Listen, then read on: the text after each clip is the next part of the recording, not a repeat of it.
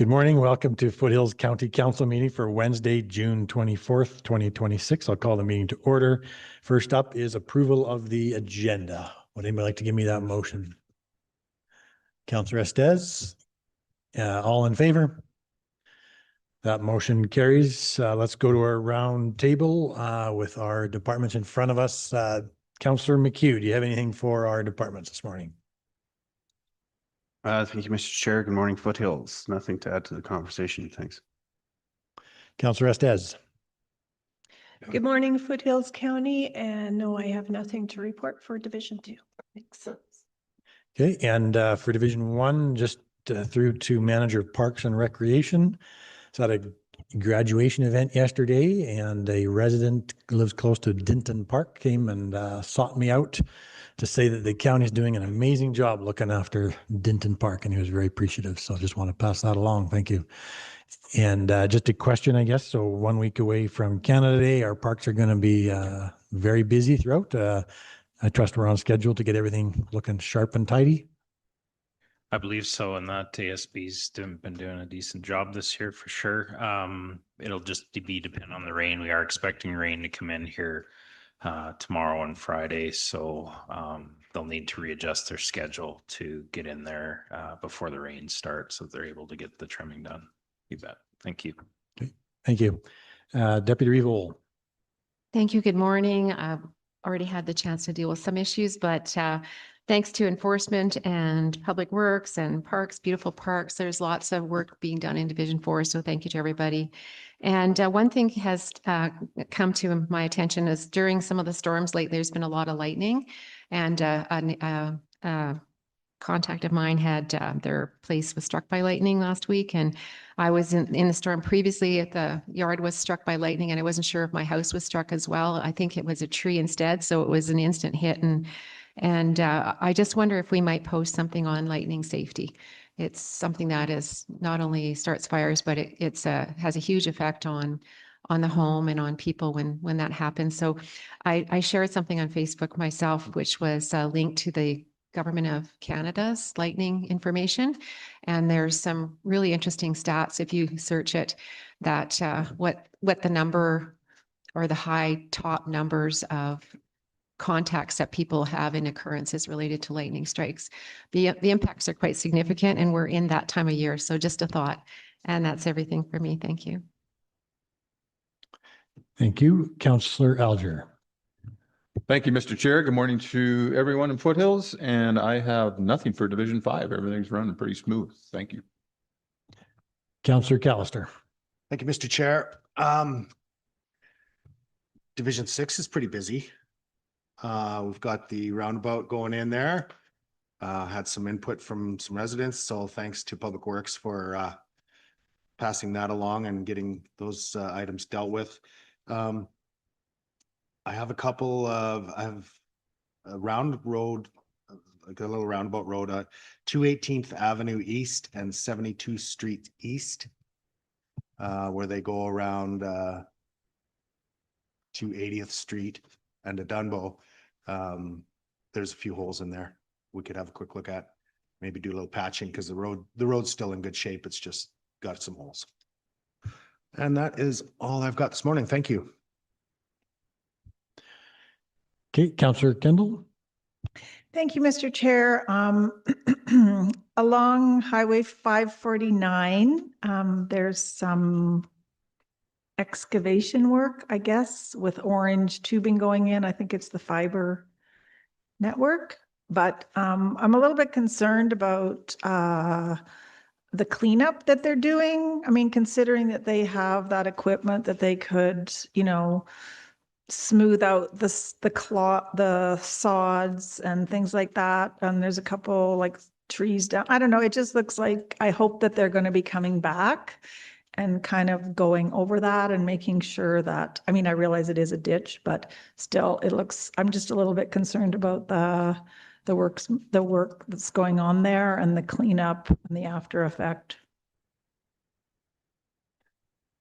Thank you. Through the chair to Councillor Kendall. Is this within the highway right away or and on the county roads? It's on 549 and I actually haven't, I know that they're along 762, but last time I drove on 762, I wasn't really paying attention. It was just a lot more obvious, a lot like from 549 corner and 762 all the way to Millerville. They're just about to Millerville now.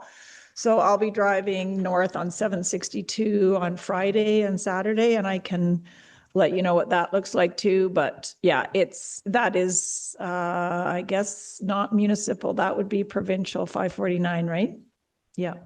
Through the chair, yes. So we have our own agreements within our own roads, and the province will have agreements for the work taking place there. So encourage residents for anything within the highway to call 511 to lodge those complaints. We can certainly pass it on too, but that's the quickest way for them to get action on the highway. What's the number? 511. 51. Okay. Thank you. Okay, let's go to our departments, starting with Manager McLean. Any updates you got for us this morning? Good morning, Foothills County. From the chair to the floor, everything's progressing pretty good with the weather. We're still carrying on with maintenance. We got a couple big projects we're planning on taking on here in the summer with some MRO. We also are going to be doing some street maintenance and some other work in Blackie here, and we're hoping to get that done before next Wednesday. And that's all I have. Thanks. Thank you. And Director Kruger? Thank you, Mr. Chair. I have nothing in open today. Thank you. Thank you. Manager Cornelson? Good morning, Council. Good morning, Foothills County. Our new Ag Service Coordinator person is out spraying, so it's kind of exciting to see that. Everybody else is out working too. We have interviews hopefully this week yet for the new light equipment operator position. Strychnine is on its way still. Not sure. It should be here today, you know. We still got farmers calling about it. And just another note on the weeds on that on the pipeline. They're still working on it as far as I know. The last I asked for an update yesterday and they're still working on it. So I'm not sure. I'll ask again today what's going on there. But yeah, that's all I got for today. Thank you very much. Okay, Councillor McHugh, I think has a question for you. Thank you, Mr. Chair. Through the Chair to ASB.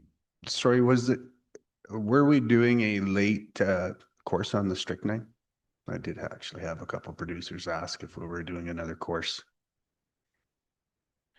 Through the chair to council, we aren't doing a course on the strychnine. It's an online thing. So over the last few weeks, I've been just directing people to go to the online course for that. So there's a link that's on our webpage. It's on Alberta's webpage too, that they have to do that. And so there had been a lot of discussion about counties doing that themselves, like for people who don't want to go on the internet or online.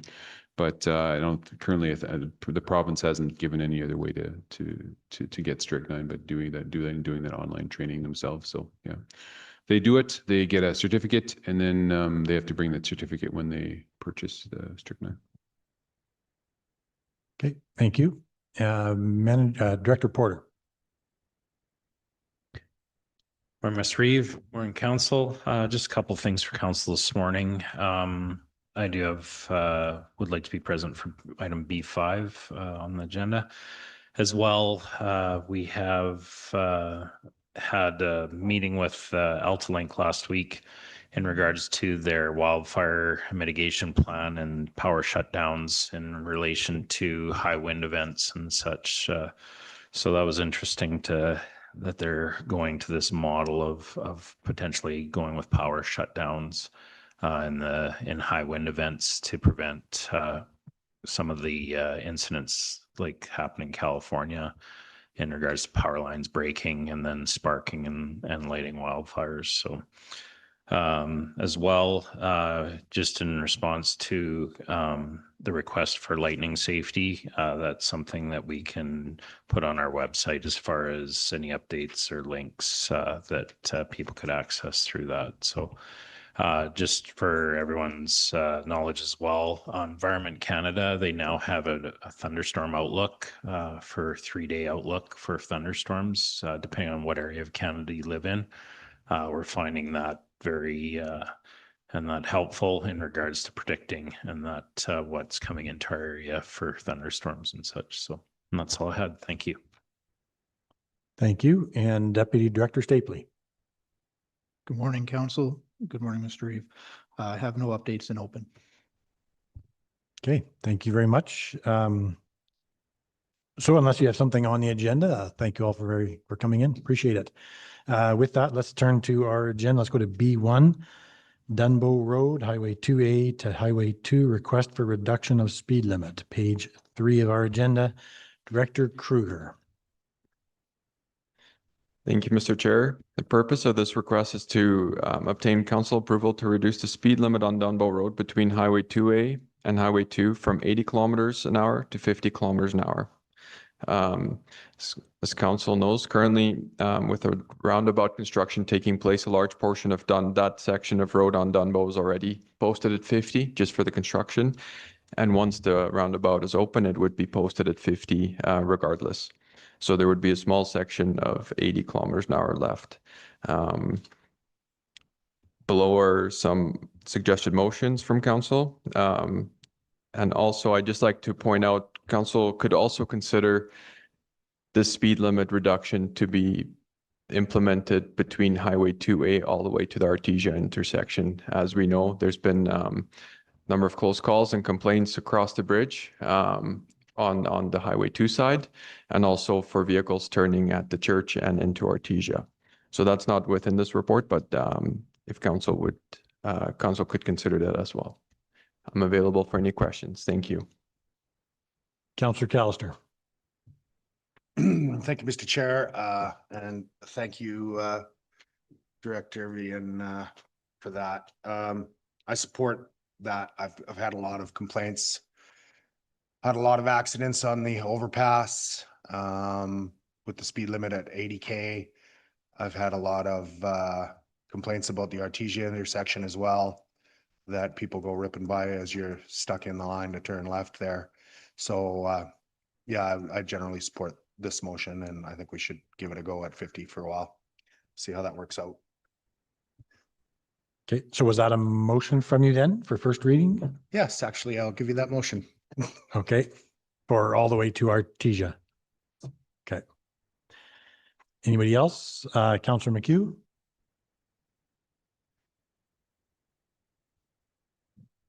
Thank you, Mr. Chair. I think I could support going to 65, but I don't think I can support going to 50. It's a major thoroughfare, and just can't. I guess it would just become a speed trap. But coming to the 552, 65 in a zone like that would be much more typical. So I would be looking more to 65 than 80.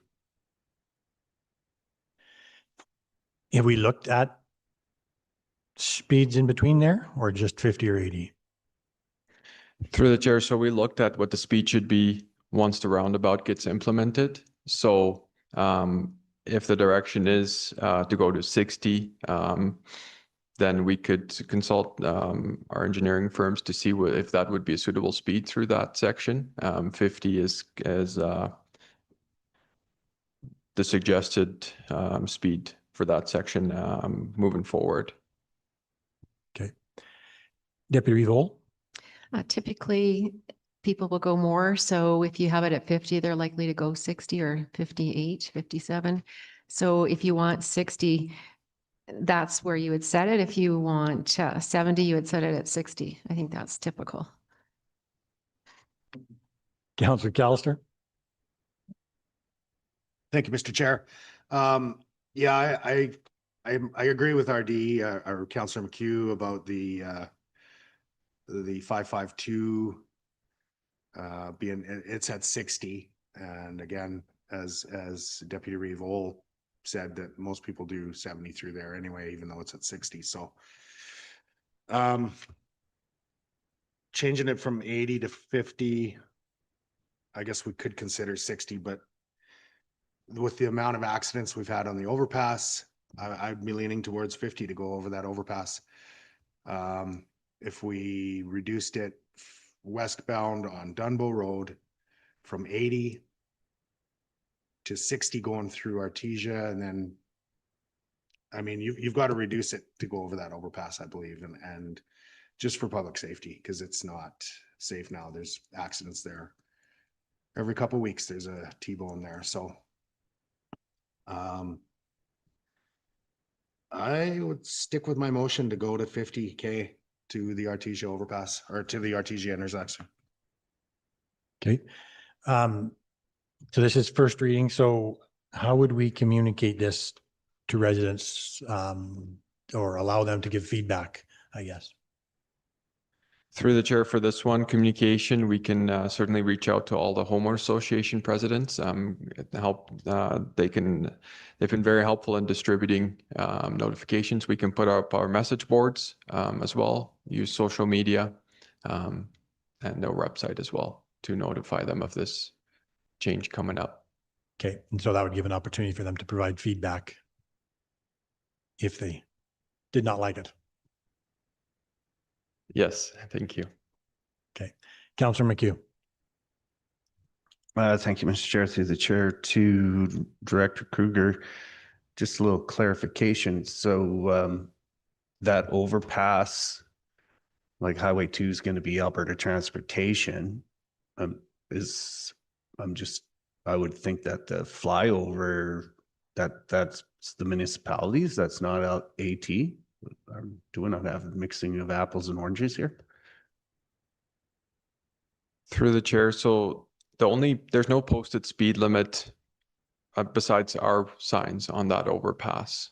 There's the advisory signs when you come off the ramp that are 50 kilometers an hour. And then once you hit where the county maintenance takes place, there's actually signs. You can see it actually when you go to the Artesia side to the east where it says highway maintenance ends, and that's where our 80 kilometer an hour sign is. So I would suggest, the roundabout section, taking that out. If you go from the roundabout east to Artesia, the minimum section safe for that is 60. We were looking to do it 50 to be consistent throughout the whole corridor. But yes, through that bridge there's no signs from of the province on that bridge with their speed limit. It's just the county signs. Okay, so we have the motion from Councillor Callister, first reading to change the speed limit to 50, including up to the Artesia intersection. I don't see anything further, so I'll call the question. All in favor? That motion carries. Let's go to B2, site-specific hazard assessment policy and procedure. Health and Safety Supervisor David Greger, page 5 of our agenda. Thank you for coming. Thank you, Mr. Reeve. Good morning, Mr. Reeve and council. On May 26th, the Joint Health and Safety Committee suggested that council review and consider approving the revised site-specific hazard assessment policy and procedure. The revision includes updates to better suit the core auditing criteria by providing further clarity for all staff and on when and how to complete and review these hazard assessments.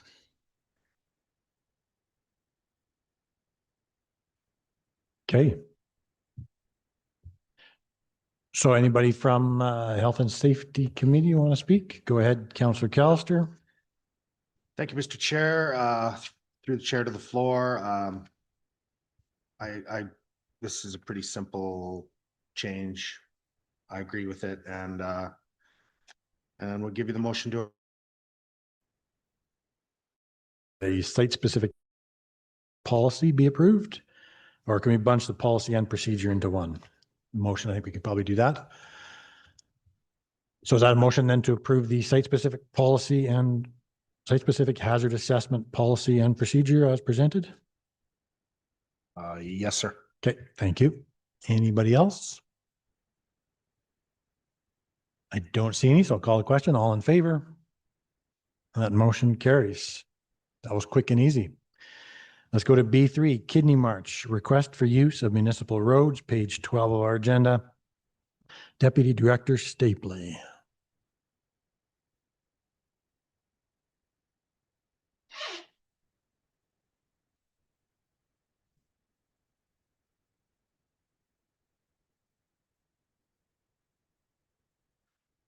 Morning.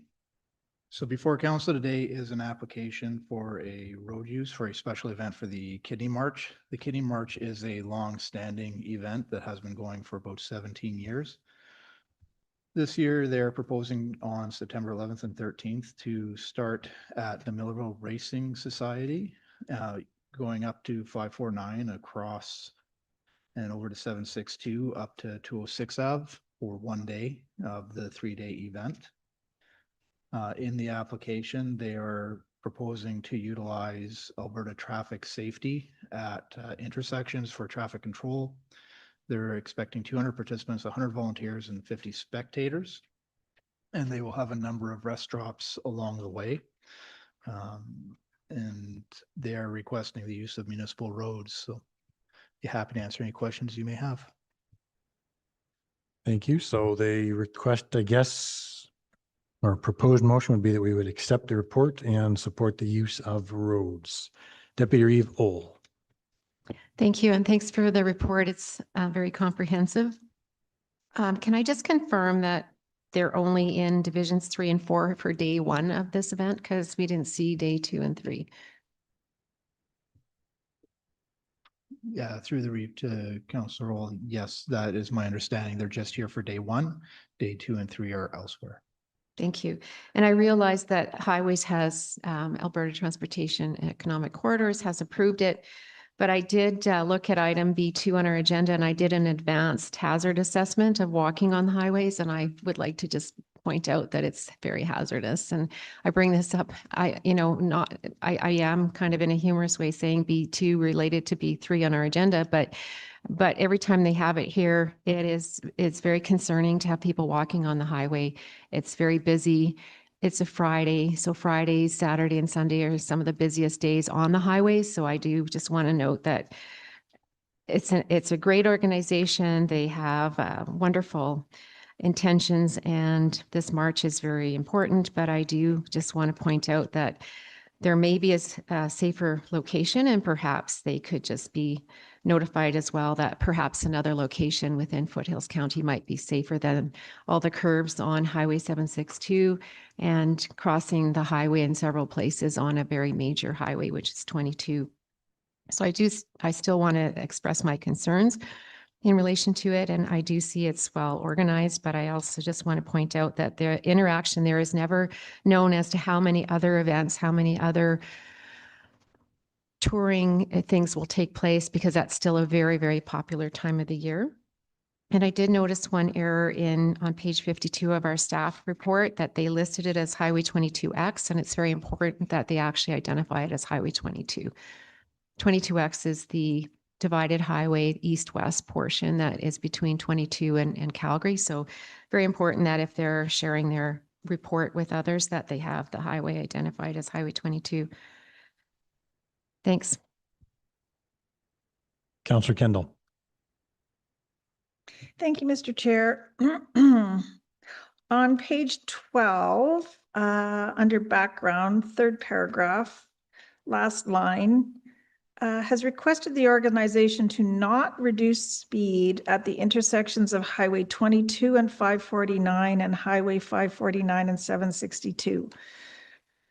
Okay, I don't get that, because those are 2 of the busiest intersections that they are going to be crossing, and I don't understand the not reduce speed. Is that to do with the cars? Is that to do with the participants? That's the first question. Yeah, super. I don't know whether they've done this route before, but I was kind of, when I was driving on 762 North last Friday after having read this, a lot of their pit stops, I don't know which side of the road they plan to walk on, but a lot of their pit stop approaches are just into fields and whatnot. They're not into residences, but they seem to be on the opposite side of the road on curved areas. So I've counted the number of curves from Highway 1 to my driveway on 762, and there's 40 curves. And they're not just slight curves, they are some of them extreme curves. And I just witnessed a motorcycle stunting on 762 last Friday. So I would echo Councillor Oles' concerns that this road, otherwise known as Speedway 762, is the pedestrian traffic could encounter some very aggressive drivers. So through the chair to Councillor Kendall, in the traffic safety plan, they illustrated what side of the road the individual will be walking on and how they'll be accessing pit stops. And there are some that are on the opposite side of the road that they will be walking on. That is all in the traffic safety plan or the traffic accommodation plan. As for the request not to lower the speed limit, it is my understanding that they requested from the province to reduce the speed limit at certain intersections and pit stops along the way, and the province had declined that request.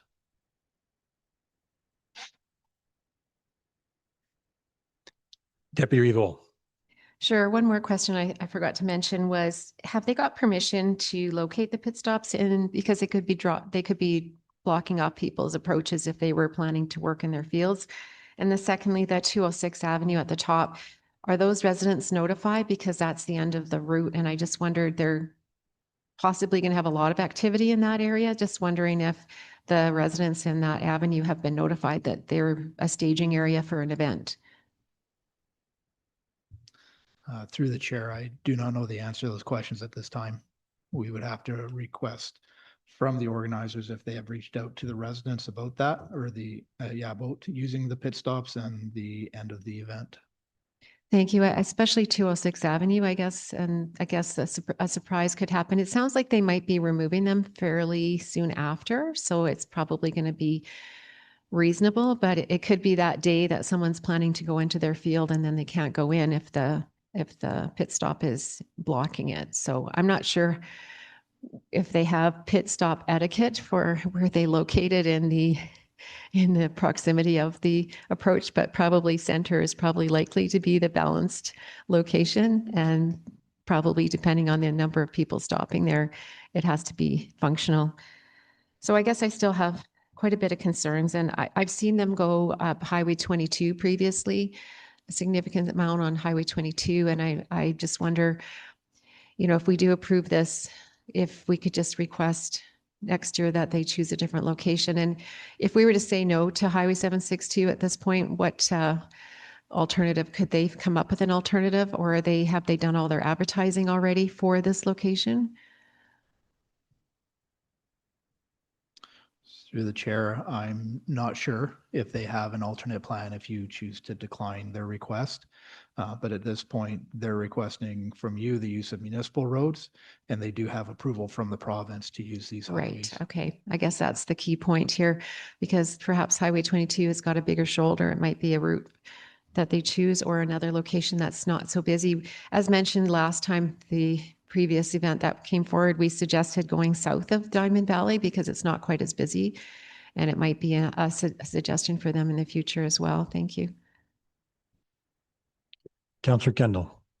Thank you, Mr. Chair. Yes, 206 Avenue is also known as Burby Corner to me. And that corner, when you are coming from the north to the south, and the pedestrian traffic would be coming to the north, there have been 2 fatalities there within the last 5 years, because it is kind of a blind corner when you're headed south and you got to make the sharp, not super sharp, but it seems to catch people off guard when they have to turn to go on to Burby Bridge there. And that would just be right when the pedestrian traffic is turning in onto 206. So yeah, that's a high kind of hazard area, in my opinion, as well, to echo what Councillor Ohl said. Okay, are we ready for a motion? One way or another?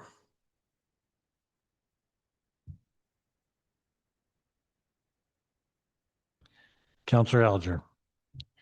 Thank you, Mr. Chair. I won't make a motion. It's not my area, but I I fully believe in this and reading through the emergency response plan, not having an issue with drivers being surprised in the area. There's going to be enough action going on that, and signage, and so I don't have a issue with it. This is the 17th annual. Has it always come through Foothills County? I know it has for quite a few years. So through the chair to Councillor Alger, it's my understanding they don't come through the county every year. I believe they change the route. Okay. So what I'm reading is it comes from, starts in Kananaskis and ends in, they say Calgary, but it's ending at Millerville. Margaret, did I miss that? No, so through the chair, the day they're in the county, it starts at Millerville, goes up 762 to 206 Ave. That's the first leg. Yes. Okay, so I'm reading it, or what I'm reading on the website is different. Yeah. Okay. Thanks for that. I have no issues with this. Okay. Anybody else? Councillor Kendall. Thank you, Mr. Chair. I don't have any issues with it either. I just, hope that the organizers are well aware of that these highways are extremely busy on the weekends. And yeah. So I would give the motion that it's accepted with some plans to, I don't know, I guess with 100 volunteers that they should have enough people there to monitor it, and given the kidney march's history. So yeah, I would give you the cautionary note to protect the participants. Okay, so we have that motion of support. Nobody else? Oh, Deputy Vol.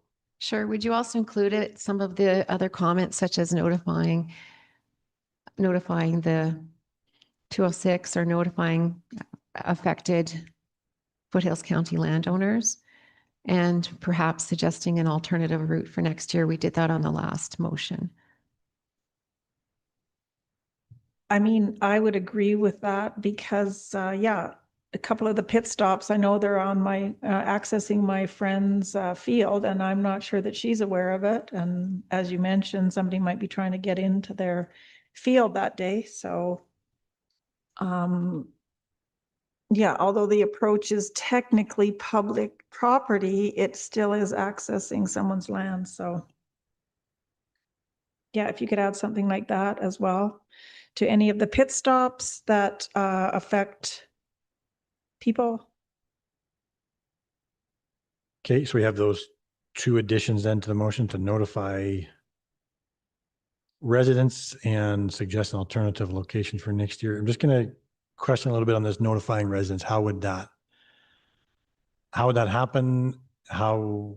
What residents would need to be notified? But the organization, yes, but how would they do that? Or do we just, are we suggesting every resident along the way needs to be notified, or just a certain thing? Just the ones where they have pit stops Okay. going into their fields. Like I didn't notice any that were going into actual residences, but I did notice pit stops that were designated to go into fields. So I guess that is obviously how they picked them, because they felt like, oh, we're not really interfering with somebody's, residence, but it's okay to have a pit stop on an approach because we on the road kind of thing. So. Okay. I'm just going to go to Deputy Director Stapley. That motion works for what you need to do? So yes, we can take that motion, and then with the conditions that you've put on there, we can reach out to the organizers and ask them to notify residents and suggest the alternate route for next year, as well as a cautionary note to protect participants. Okay, thank you.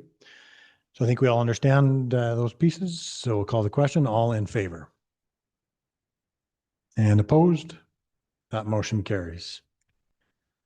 Let's go to B4, Local Road Program Award of Tender, page 79 of our agenda.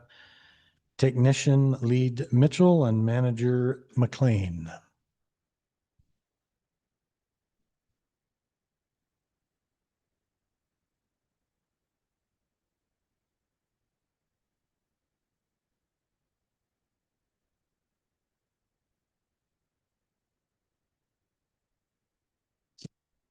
Good morning. Yes, purpose of today's request is council authorize administration to award the 2026 local road program to Ruby Rock Asphalt Works Limited. The background, the upgrading of aging infrastructure is essential to maintain reliable, safe, and efficient. Completing upgrades reduces the risk of service disruptions and will extend the life of critical assets. Administration tendered the program with assistance of one of our current MSA holders, MPE, a division of Englobe, which completed all the required field engineering, produced the tender documents, completed and evaluated the tender submissions. The tender closed on May 21st, 2026, with 4 tenders being submitted. This year's program scope of work includes concrete replacement, overlaying distressed and aging sections of existing asphalt, concrete pavement road surfaces, repairing failed asphalt, improving overall rideability over culvert depressions, concrete ribbons within, and also includes concrete ribbons within the Foothills West Cemetery, and other repairs to ensure roads are in a safe condition for traffic users within Foothills County. Overall, upgrading aging infrastructure is strategic investment that reduces long-term costs, improves service levels, and supports community growth and resilience. The results of the tender, the lowest tender for the 2026 local road program was submitted by Ruby Rock Asphalt Works of Airdrie, Alberta. And the bids, we received 4 bids and with the dollar values attached. Ruby Rock Asphalt Works Limited submitted the lowest tender for the 2026 local road program and was found to be fully compliant with all tender requirements based on the review by MPE as outlined within the tender documents. All required supporting documents was included with the submission, including the bid bond, labor and performance, the performance bond and the labor and material bond. These securities are based on the total tender price and satisfied the tendering requirements. The following locations are included within the 2026 local program. 338 Avenue from 80th Street East to 1 kilometer east of 80th Street East. That's to the Saskatoon Berry Farm entrance. Greenhaven subdivision, we have various local paving repairs within phase 1. 40th Street West, south of 549, we're overlaying the existing road surface. East of the pavement overlay. Norris Cooley, 650 meters east of 32nd Street East, we're doing some local pavement repairs. Norris Cooley Trail, 50 meters east of 32nd Street. We're doing some existing concrete repairs on the median concrete, which is causing a safety concern. Artesia subdivision, we're working on some stormwater replacement, fixing up some existing pavement. Artesia water, we have a centerline seam within the pavement that's causing some distress, so we're cleaning that up. Heritage Lake, north of the boathouse, we have localized pavement repairs. Heritage Lake Landing and Heritage Lake Boulevard, localized pavement repair. Plumbers Road west of 288th Street, we're overlaying a section of pavement that had that slide that was repaired by the county crew last year. Plummer Road west of 240th Street, we're doing some pavement repairs on some culvert depressions. 16th Street west south of 242, we're repairing some distressed pavement, localized pavement there. 206th Avenue east of 96th Street west, that's that cul-de-sac that's in very much distress. We're doing a full pavement rehabilitation. 238 Drive, east of 96th Street East, pavement repairs. It's within the Ravencrest subdivision. 466th Avenue east of 2A, right around the Cargill intersection there, just east of 2A. We have a failure in the road we're repairing, and we're installing some concrete ribbons and columbarium pads within the Foothills West Cemetery. Recommendation, council award the 2026 local road program to Ruby Rock Asphalt Works in the amount of $1,950,126.19 plus engineering. The bid is in with budget amount allotted for this, or sorry, it is in within budget amount allotted for this year's program. Okay, thank you very much. And the suggestion from administration is to award the contract to Ruby Rock Asphalts in the amount listed there. Councillor Kendall. Thank you, Mr. Chair.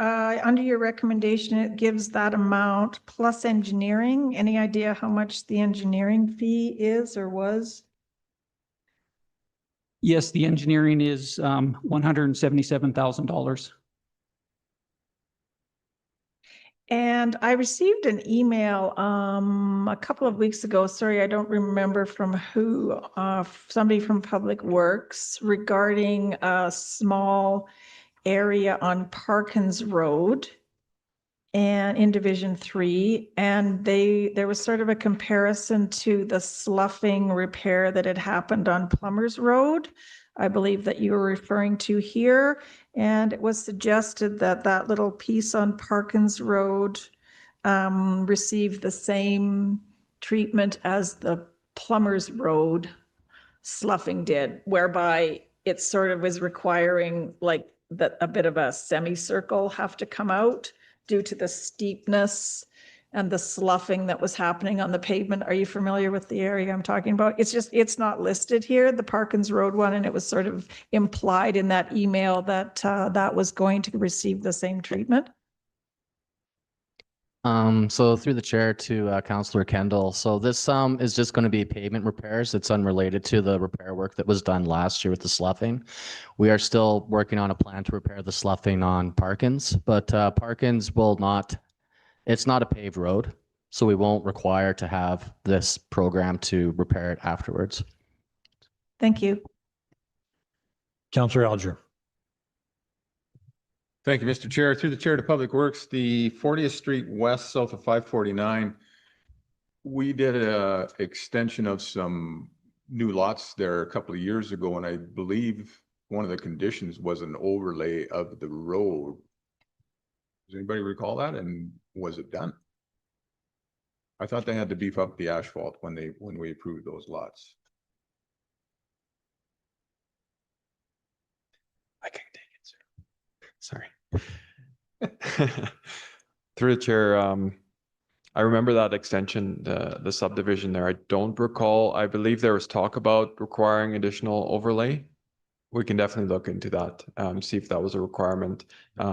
With this program, we certainly have the ability to remove anything from the scope. If, let's say, if that was the case, we can certainly remove it from the scope before they do that. So we will make sure to look into that. Yeah, I haven't been on the road for a while, so I don't know what it's like. And also there's a bulb in there that when they extended the bulb, are we gonna kind of clean that up while we're in there? Yes, that's correct. It'll clean up the bulb as well. Yeah. Yeah. Okay, perfect. Thanks very much. Councillor Estes. Thank you to the chair. And just a general question, how are these areas determined?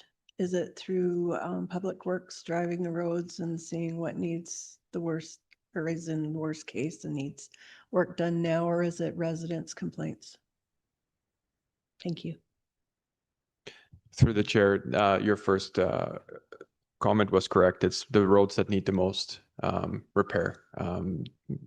It's reached a point where we're no longer able to maintain these roads. Same thing with the concrete repairs. Typically, if there's room in the future within these budgets, if we have room, we will come to council if there's new roads we can pave. With this one, though, it's just keeping up with the ongoing maintenance. There's unfortunately no room in this budget to pave new roads this year. It's just maintenance. Thank you. Okay, so I'd look for a motion then. The recommended one is award the tender to Ruby Rock Asphalt Works. Councillor Kendall. I would give you that motion, but would it be all right to include the engineering of 177, or has that already been accounted for somewhere prior so that we don't have to mention it in this motion? Go ahead, Dr. Kruger. Through the chair, we can include that part. Yeah. With the motion? With the motion, yeah. It sometimes that one is a moving target sometimes, and Right. we can, if it ends up being more, we'll come back to council and let you know, but it's a lot of that is contract administration too, though. So they're out on site with these contractors, making sure the work, doing the testing, making sure everything that's being done is to spec. So, but we can definitely include that 177 within the motion. You would like me to put that amount in the motion? We Okay. can. Yeah. Okay, thank you. I would give you that motion with the 177 or the estimate of 177,000 for engineering. Okay, so we have that motion to approve. I don't see anything else. All in favor? Motion carries. Let's go to B5, capital expenditure purchase sound system for the Scott Seaman Sports Rink, page 82 of our agenda. Manager Murphy, thank you for coming and joining.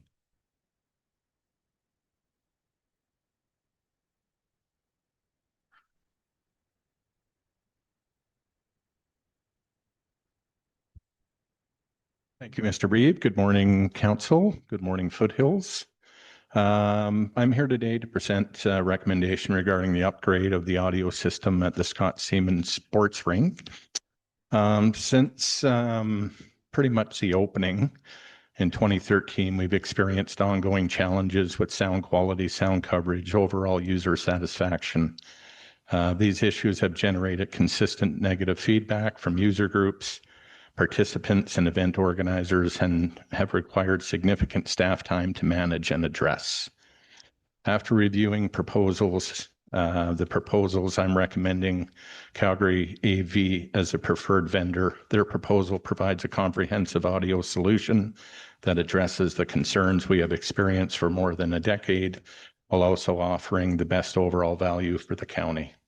The recommended system will improve announcement clarity, provide consistent sound coverage throughout the arena and walking track areas, simplify day-to-day operation for staff, and enhance the experience for the many community groups and users who utilize the Scott Seaman Sports Rink on a daily, weekly, monthly, annual basis. And at this time, I'd be pleased to answer any questions council may have regarding the recommendation. Councillor Callister. Thank you, Mr. Chair, and through the chair to Mr. Murphy. Calgary AV, I don't see an amount on here. We don't have an amount yet, or are we? Oh, I'm sorry. Oh, I missed that on the other page. I see. Gotcha. $39,348.57. And that sound system goes to all the rooms, or just the rink, or goes to room A and B? And does the sound system include the whole building, or? Through the chair to Councillor Callister, this one is mainly for the arena area, the walking track and arena area where the biggest demand is. Thank you. And the complete bids were given to us in a separate document. So we have the detailed bids from both companies. Okay, so the recommendation is to award the contract to Calgary AV. Would anybody like to give me that or something else? Councillor McHugh. Thank you, Mr. Chair. Through the chair to administration, is this a budgeted item?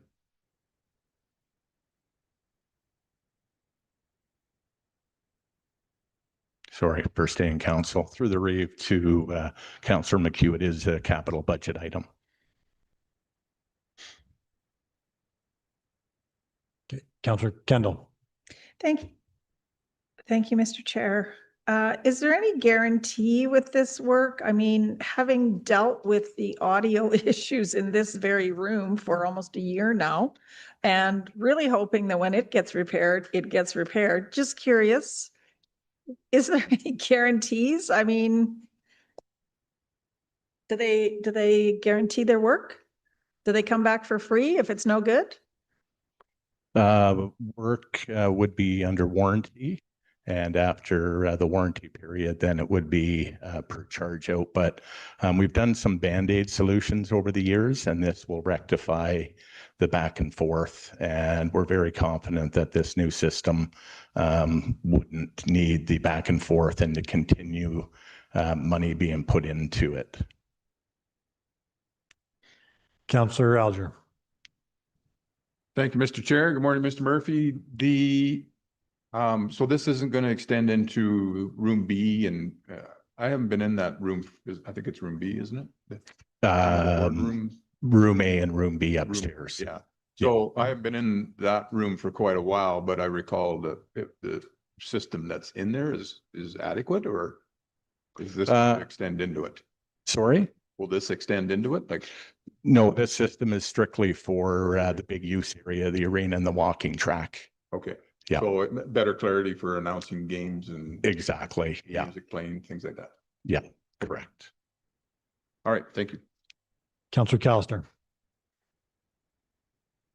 Thank you, Mr. Chair. Through the chair to Manager Murphy. Are we getting anything for the old system? Was there any trade-in value? Is there any reuse to a different facility? Let's try it out. Was that? I don't think I'd want to do that to you guys. Better than the one we have here. Careful what we wish for. Okay, well, with that, I'll give you the motion to proceed with Calgary AV. Okay, we have that motion and I don't see anybody else. All in favor? That motion carries. Let's see if we can do one more. Let's go to D1. Thank you. County, yeah, thank you. Foothills County, City of Calgary, terms of reference and development of new ICF, page 94 of, oh, we need, sorry, maybe we will, let's not go there just yet then. Well, I can call in Deputy Director Granson and Planner Sidhu, who will speak to both D1 and D2 if you'd like. Yeah, we don't have time to do both. Okay. Why don't we, let's just skip over to, looks like D3, we don't need anybody else in for. I can do D3. So let's do D3, Tilden, Southeast 15, 21, 29, west of 4. Request council consideration of road contributions, site plan, environmental reserve easement, page 125. Let's go to Director Hemingway. Thank you, Mr. Reeve. So as council may or may not be aware, once council sets the conditions associated with first reading, an applicant can request reconsideration of those conditions with permission of the area councillor to bring the item back.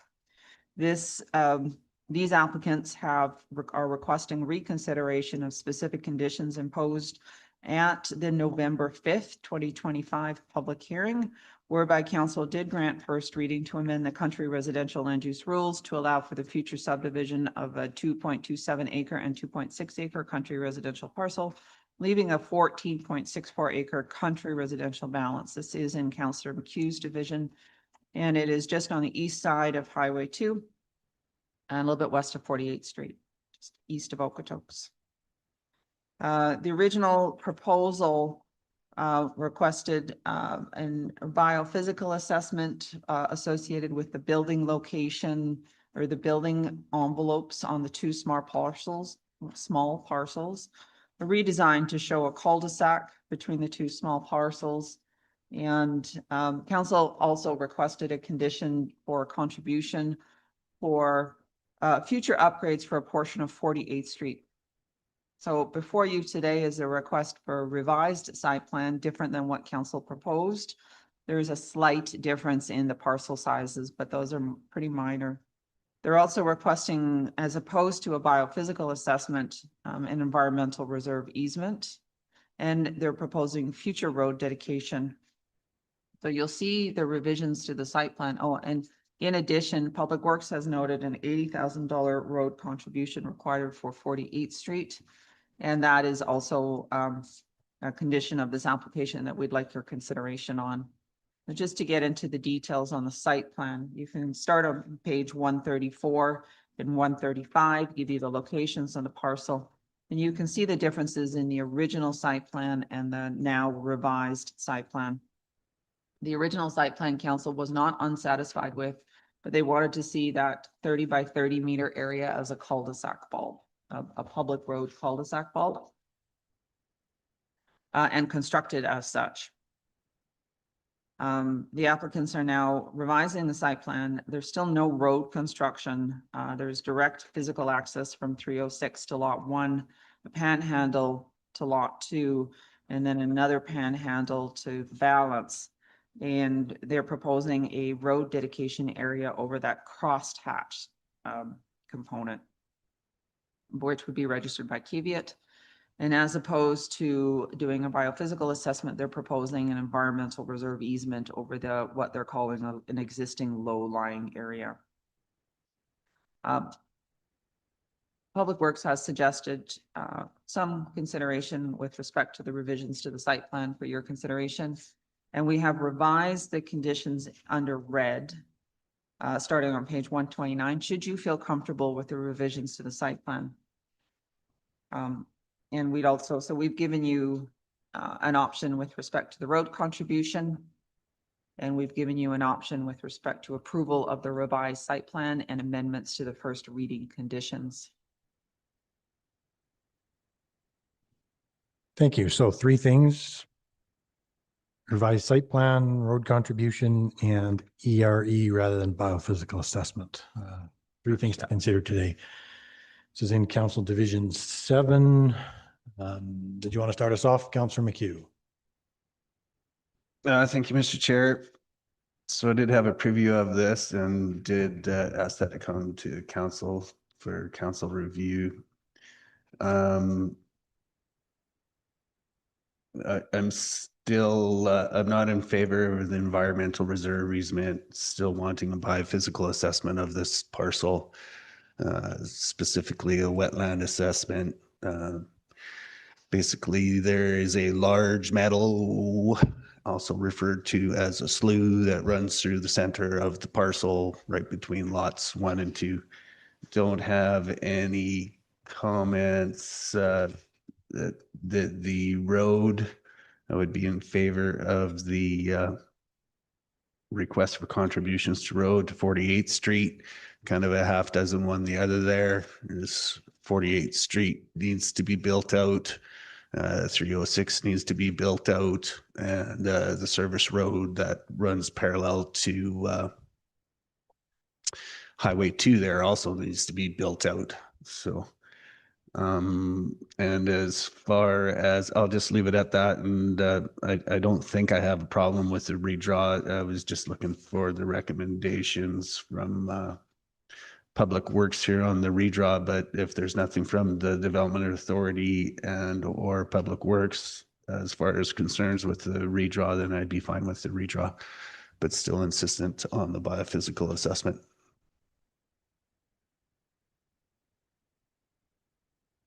Okay, thank you for that. So just if I can just double make sure I understood you correctly, Councillor McHugh. So you're saying yes to the revised site plan, stick to the biophysical assessment. And what were you recommending on the road contribution? Stay with 80? Staying with the recommendation from Public Works. Okay, thank you. Anybody else? Councillor McHugh, did you want to make that into a motion? If there's no other comments, that is the motion I would make. Thanks. Okay, I think we all understand it. Good. All in favor? That motion carries. Okay, let's take a few minutes and get set up for our 10 a.m. hearing.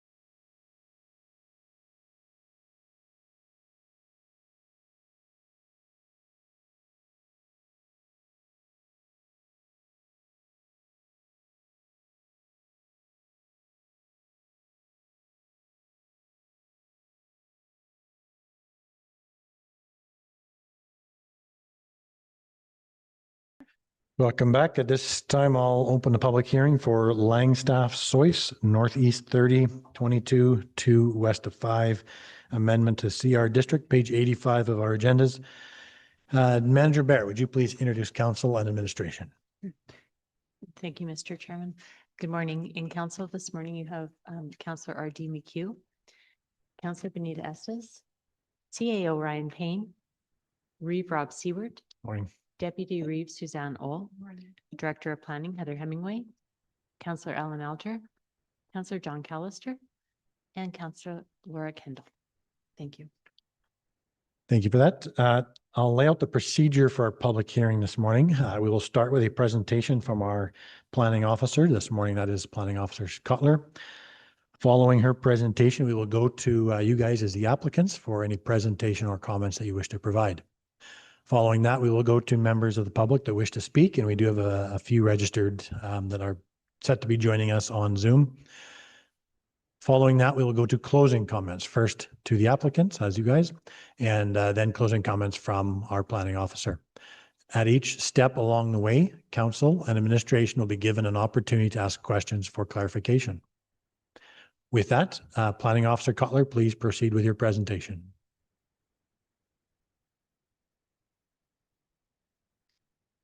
Great, thank you. Good morning, Reeve and Council. The application before you today is for an amendment to the Country Residential Land Use District rules to allow for future subdivision.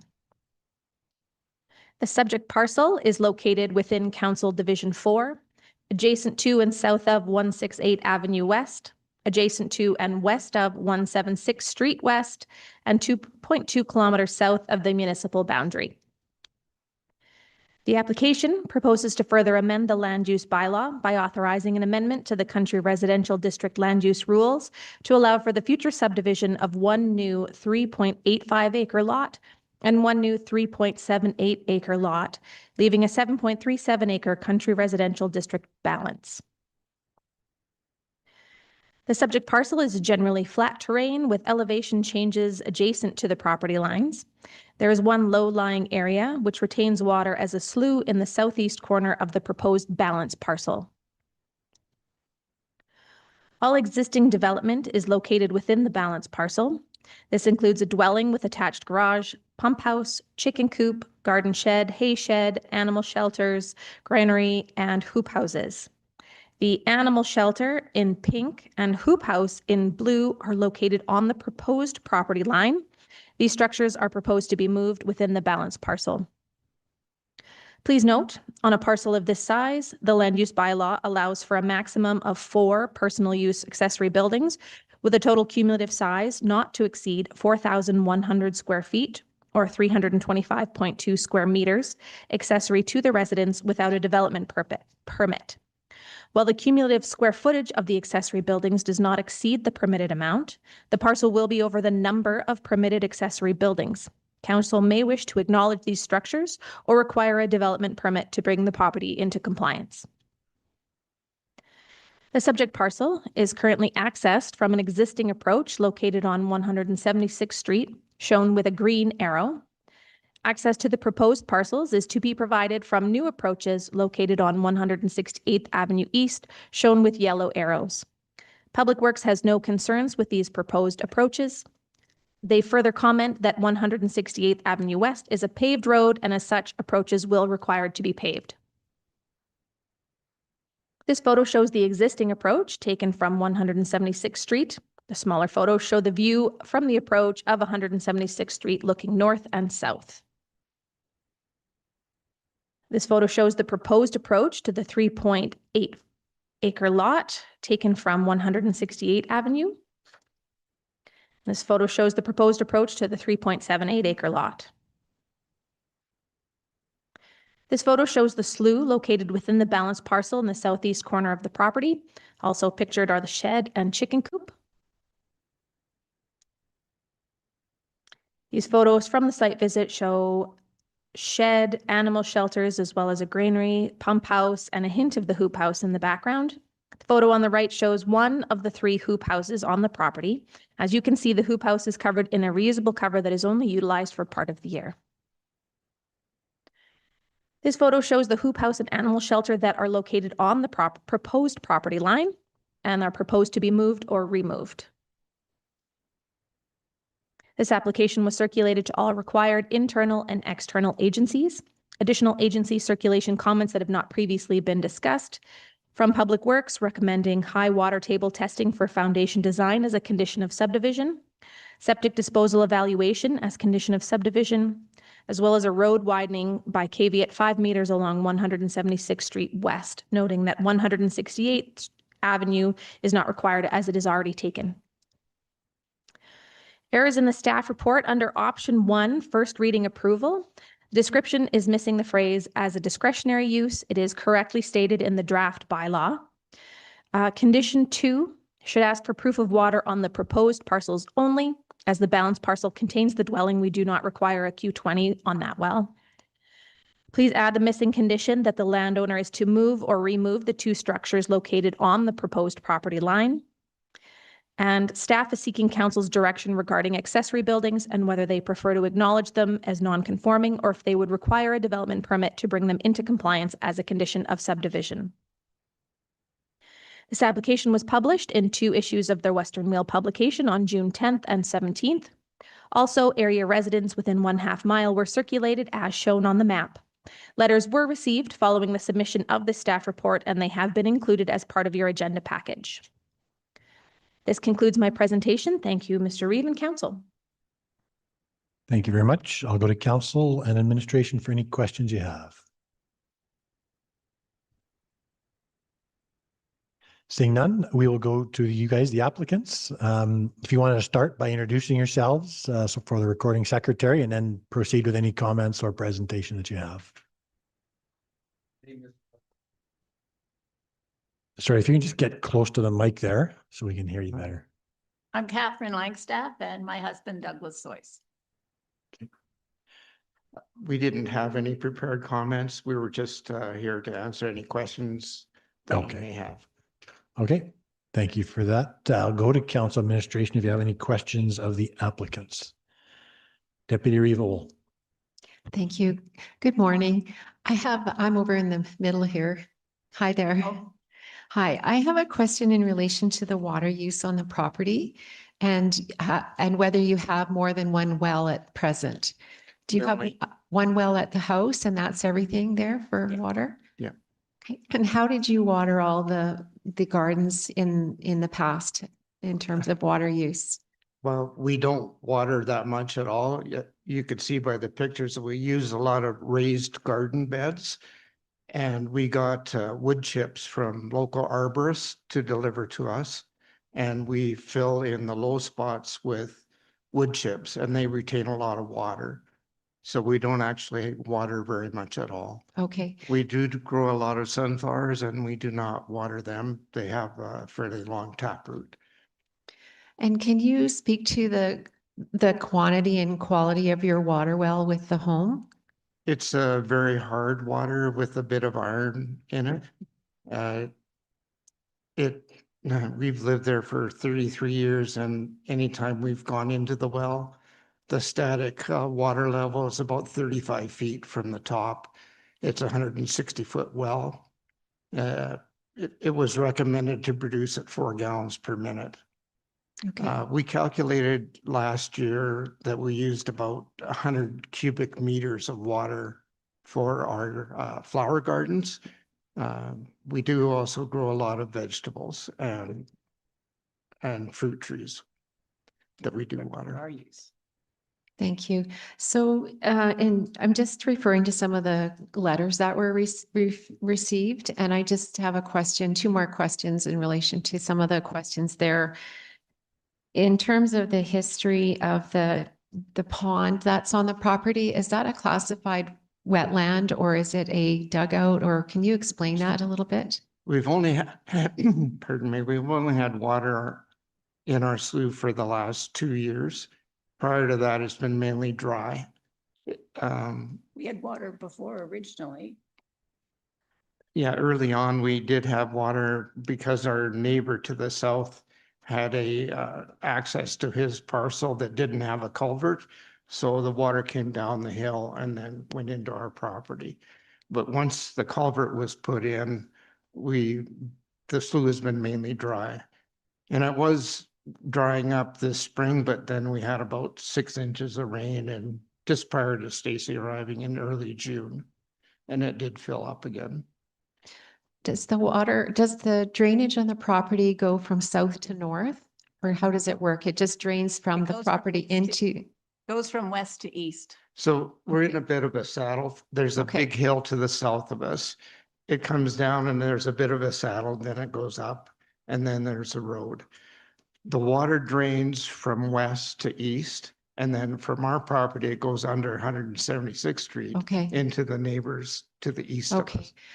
That's helpful because some residents were concerned that it drained to the north, Yeah, and I yeah. was just wanting to clarify Yeah. that. I was totally wrong. Okay, thanks for clarifying that. And then you've stated the well, and can you explain why you chose the dividing lines instead of straight lines into equal parcels? One of the dividing lines to the east follows an existing fence line. I just thought it would be the best way to do it.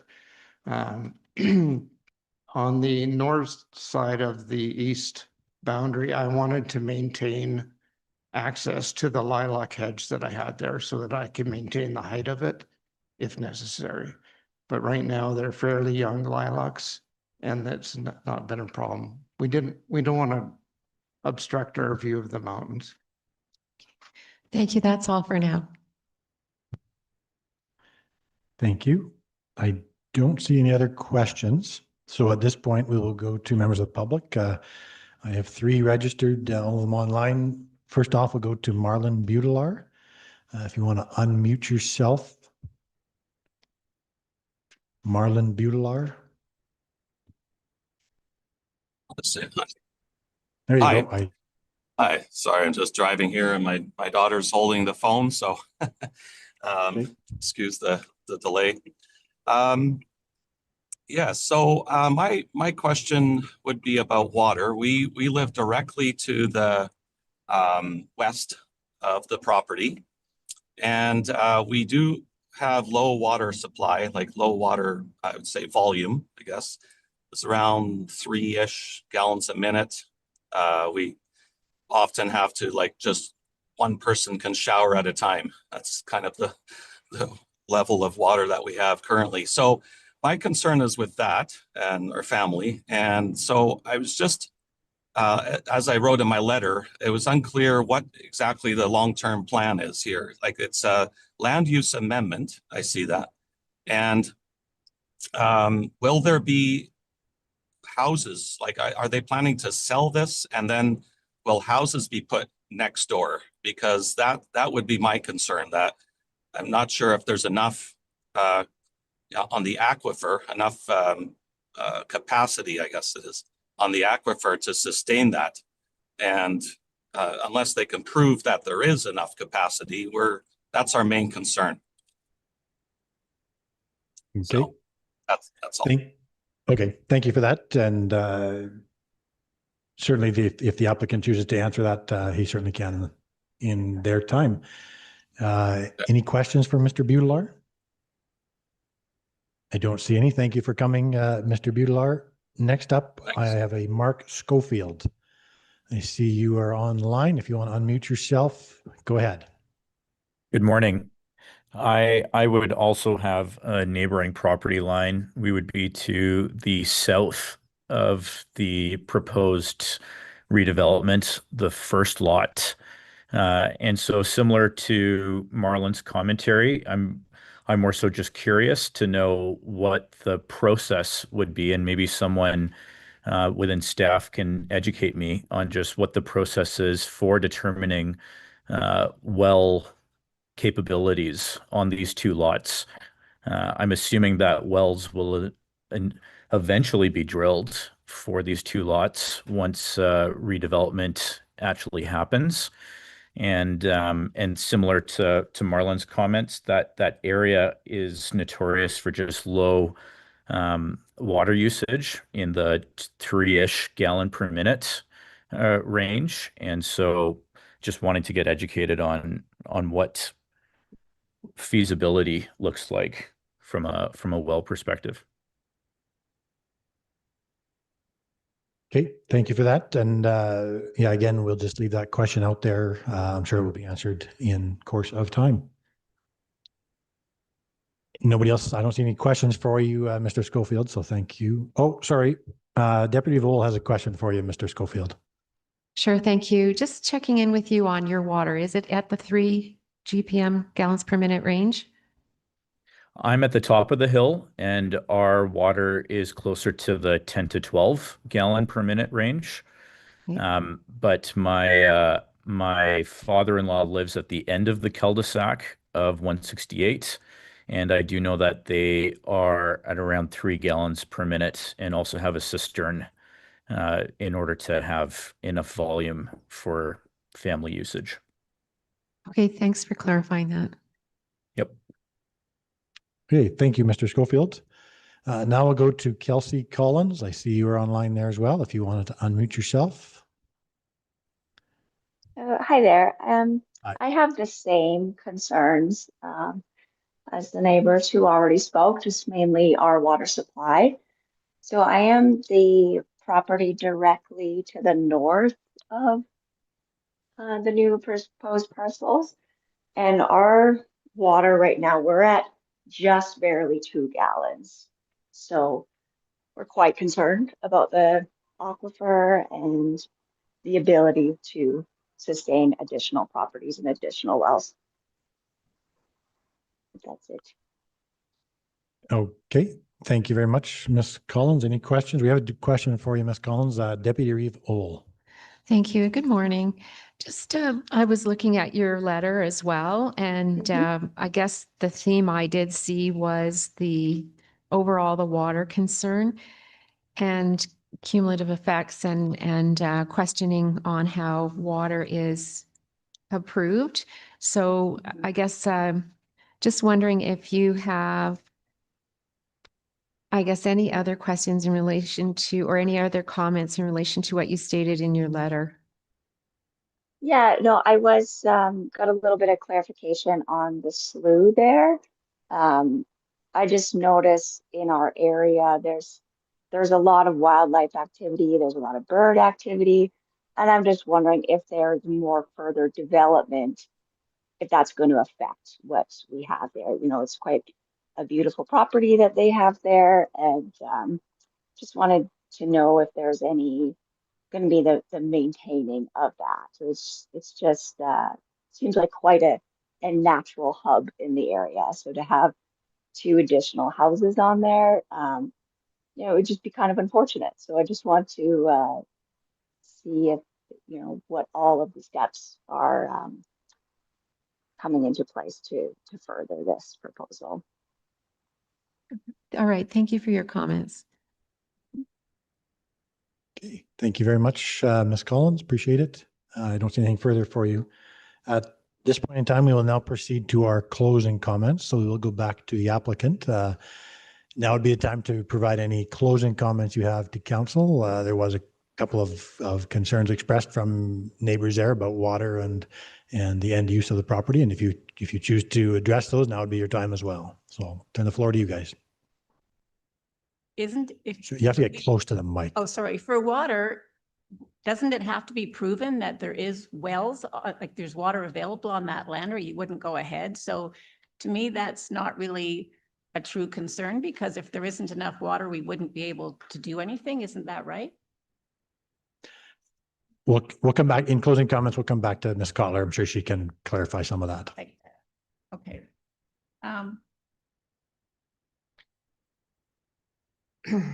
I did go on the Alberta government website and looked at the regional groundwater vulnerability map, as well as the Geodiscover Alberta website. And it's true that there are a number of wells. Sorry, I looked at a total of 9 wells right next to our acreage. And in summary, there were 2 wells that the driller recommended producing at 2 gallons a minute.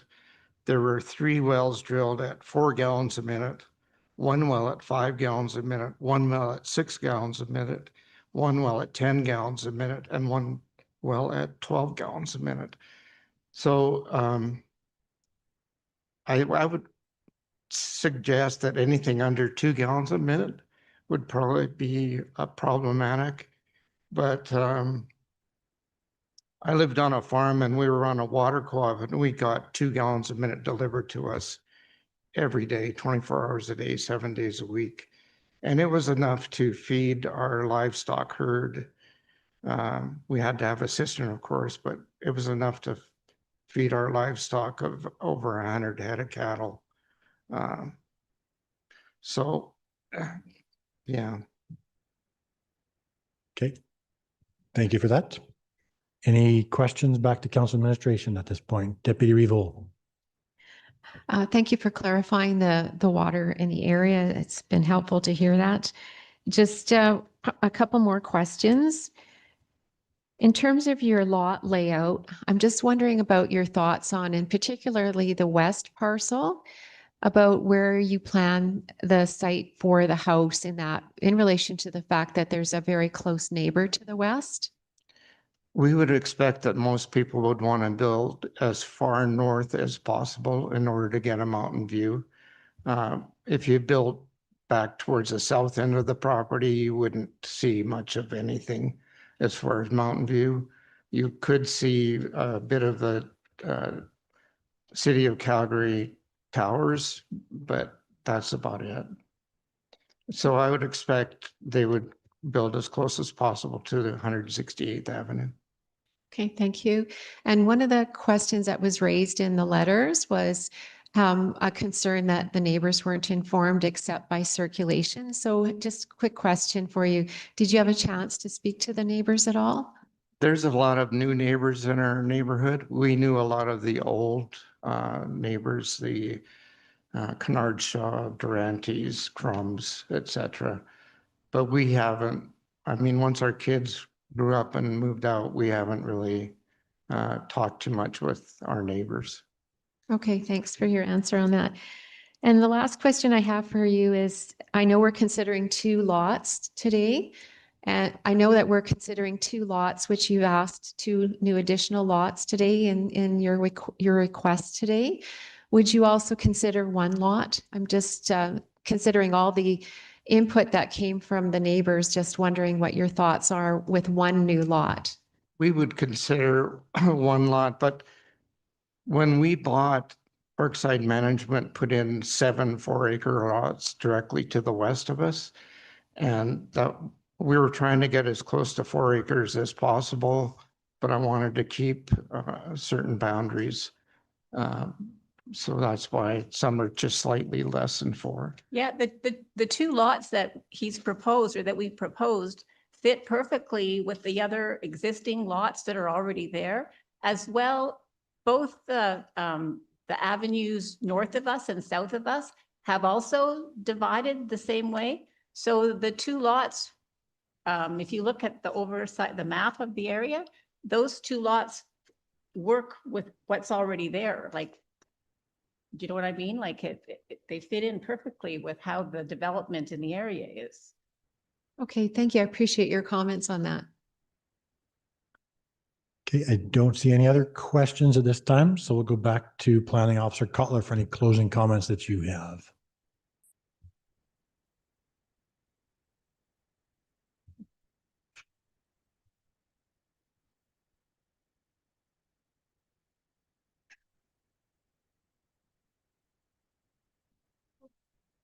Oh, there we go. Hi, sorry.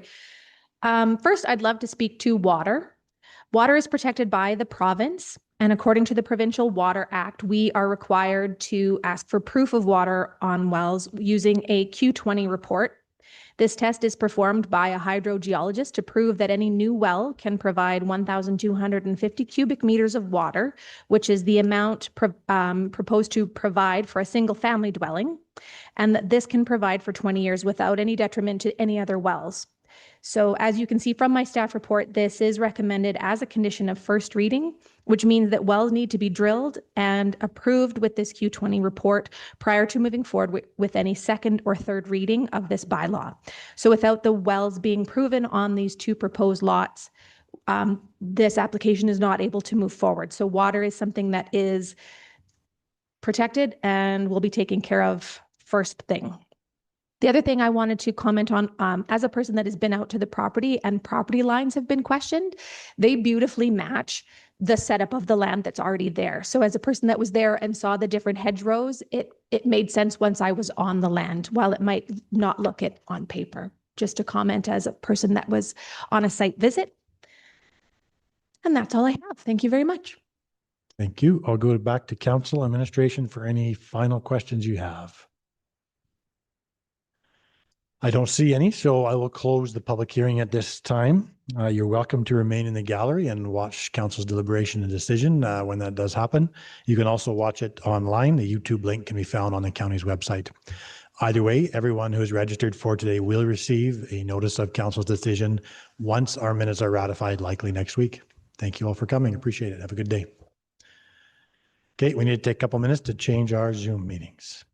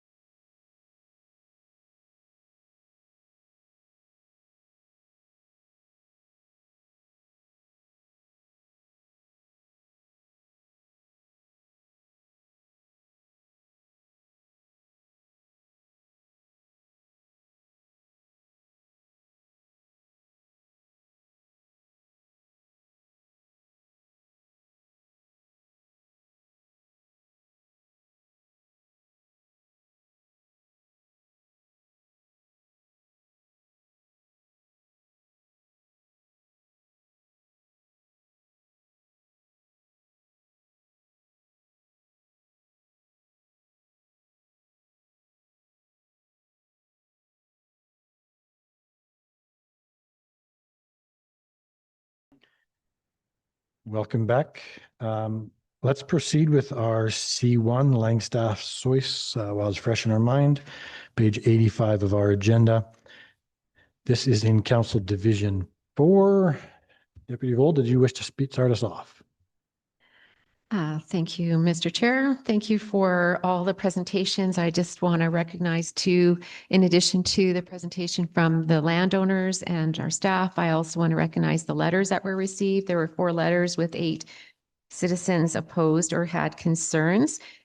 And I believe the hot topic here is water, and people are concerned that water would be proved and the order in which it would occur, I think was explained well by our planning officer who spoke to the condition of first reading, so that if there was inadequate supply or a conflict in the results, that the lots would not be approved.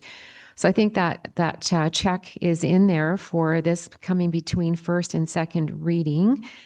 But I do wonder whether we would look at potentially 1 or 2 lots, and wonder what your thoughts are, fellow councillors' thoughts are on that. In an overall look at the map, if you just look at the map, it does appear to be a situation of infill, which we would look at the infill of country residential in an area which has the services such as road and I guess appropriate location. And in the area, I guess I did count approximately 50 water wells. But at the same time, we heard a variety of news on the water wells. Well, some were of a lower quantity, some were of a very high quantity. So it seems to be the lay of the land issue more so, as opposed to the lack of water availability. So this being very important topic and very important for due consideration. Just wondering what your thoughts are in terms of the overall presentation. The division of the lot seems to fit well with the lay of the particular property. And as I understand from the staff report, it has previously been the first parcel out in the long history on this area. And we do have a lot of very similar sized lots in the area. So I would look for further comments from our councillors on that. Thank you. Councillor Estes. Thank you to the chair, and thank you, I thought it was very well presented, and my thoughts are that I do feel so long as water is proven that it does fit with the area. Thank you. Councillor Alger. Thanks, Mr. Chair. I also am happy with the application as it lies or lays, however you want to say that. If we go to one lot, unless we increase the size of that lot, we're leaving an 11 point something acre balance, which is, could come back to the drawing board again sometime in the future. So this way it kind of completes this road. I think the size of the parcels, as was spoken to by the applicant, kind of fits in with the cul-de-sac in the area. And I just hope that all the work that goes with these parcels isn't included in the because that's a lot of work that goes on in this place. So I'm happy with the application the way it sits. Thank you. Thank you. Yeah, I guess I'm of the same mind. I think this fits well with what is there already. If you go to one parcel and it's just setting up, it'll be back in again in due time for further subdivision again. So I certainly appreciate the concerns over water and I guess just the requirements that are required as part of the process, I guess, is what we always fall back on in terms of proving water and making sure that there is water there for the development. So anybody else or a motion? Councillor Alger.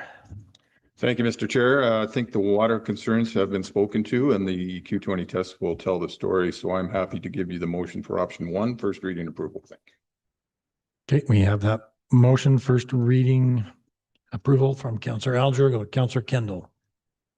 Thank you, Mr. Chair. I'm going to try to learn more about this water, prophesizing studies and whatnot that are out there. Because I always just wonder, when is the straw that breaks the camel's back for the aquifer? And I guess, cautionary note to anybody who's going to be building when there's like 20, 30, 40 wells around you. You might want to make sure that you have cistern accessibility in case your well ever goes, sorry to be the doom and gloomer, but. And back to Deputy Revol.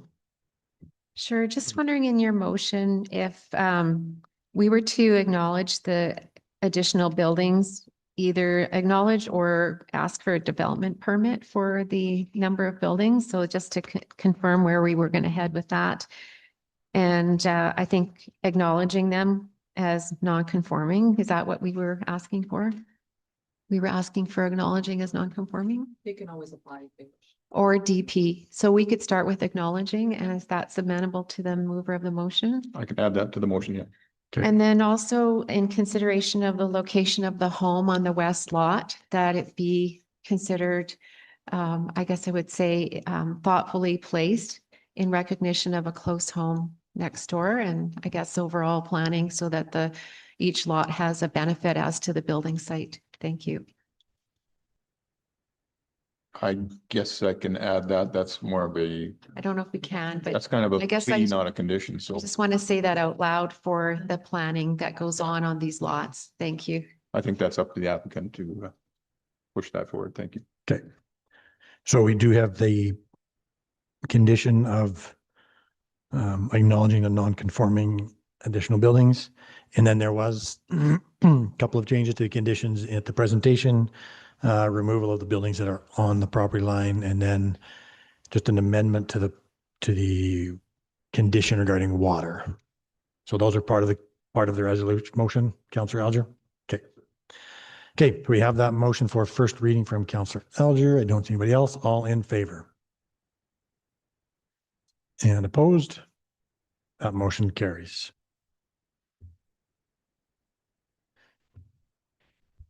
Okay, with that, council, I am going to step out likely for the rest of the day as I attend to the graduation ceremony for Highwood High School. So I will leave you be to good hands. Very good.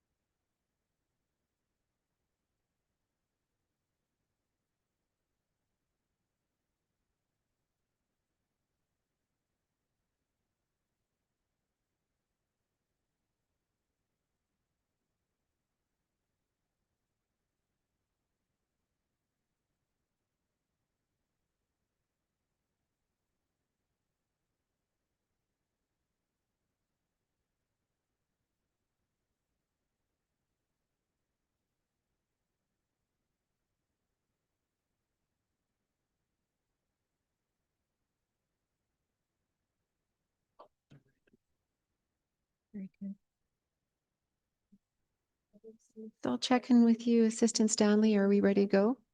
Or we're still going? Okay, just wanted to clarify.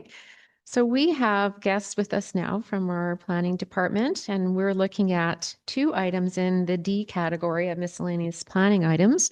And the first one we're going to look at is item D1, and that is the draft terms of reference and development of new intermunicipal collaborative framework. And we have we have our planning officer presenting to us today. Planner Sidiou, if you would please go ahead, or do we have Deputy Director Granson also presenting on this one? You guys let me know.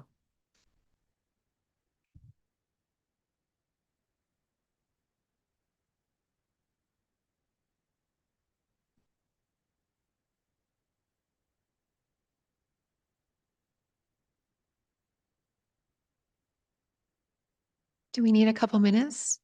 Okay, thank you. So Council, if we could go to an item that hopefully will move through fairly quickly, if we could look at the accounts, which is item I2.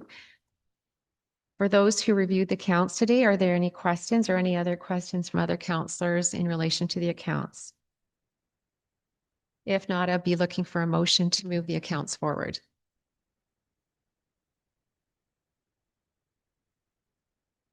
Please go ahead, Councillor Kendall. Thank you, Madam Chair. Randall handles horticulture. The Japanese lilac replacement in Heritage Landing to the tune of 30, the total bill was 61,2064. The Japanese lilac replacement was 3738. I wrote this down very quickly because Councillor Alger was chomping at the bit to get to the accounts. So I'm just curious, that's a lot of money to replace a Japanese lilac. All right, thank you for your comments. Use a Japanese lilac, or how about a good old spruce tree from Division 3? Have you found it? See, I was looking up the bill right now.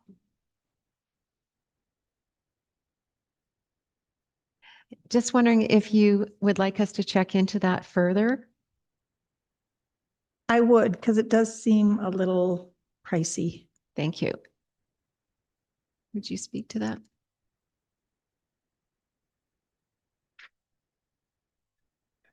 Sure. Perhaps we can put a pause on this then, and we'll get an answer before we're done here today and then come back to accounts. So I'm not sure if our planning department is ready at this point. If not, I can do another small item. Thank you. Looks like we are good to go. So if everyone wants to head over to that part in the agenda on page 94 for item D1. Hand over to Planner Sadhu. If you are speaking to this, please go ahead. Thank you, Deputy Reeve. Just a moment while I get the presentation up.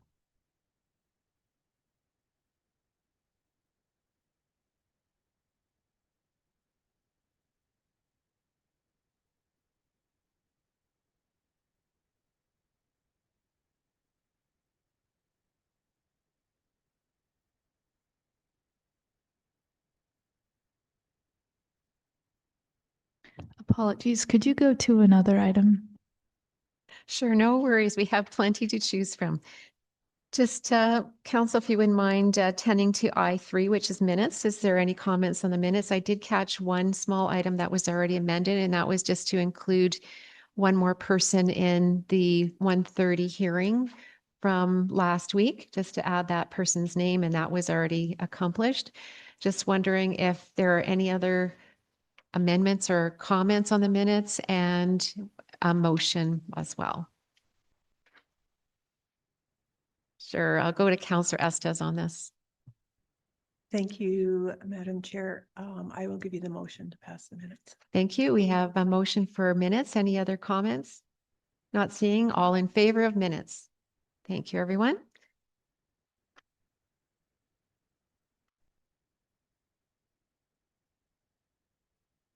I think second and third, item D4 might move fairly well. Director Hemingway, would you attend to an explanation on item D4? Council, page 138 of our agenda is where we see this item. This is in Division 3, and so Director Hemingway, please go ahead.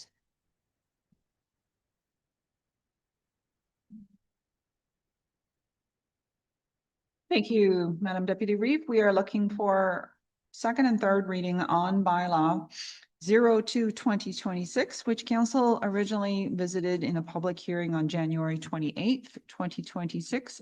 This is in Councillor Kendall's division way out west. First parcel out, 160 acre ballots, and we're looking to create an 8.25 acre country residential parcel. All conditions imposed at first reading have been met. I would like council's consideration of second and third reading, if I may, please. Thank you, Director Hemingway. Over to Councillor Kendall. Would you like first comments on this? Please go ahead. Yeah, we reviewed this back in, thank you, Madam Deputy Reeve. Yes, we reviewed this, and being that it was the first parcel out and very small, I don't believe there was any objections at the time. Yeah, so I would give you the motion for second reading. Thank you, Councillor Kendall. So we have second reading before us. Any further comments? Not seeing any. All in favor of second reading? Thank you. Look for third reading. Would someone like to provide this for D4? Councillor McHugh? Thank you, Madam Chair, which is so much easier to say than Deputy Reeve. Got it. Whatever. That works. Motion for third, thanks. Motion for third from Councillor McHugh. Any further commentary? All in favor? Thank you, everyone. So that item is finished, and I'll just check in with our planner team here. Looks like we're ready to go. So if we could head back to, just get the page for everybody here again, 94. So head back over to page 94.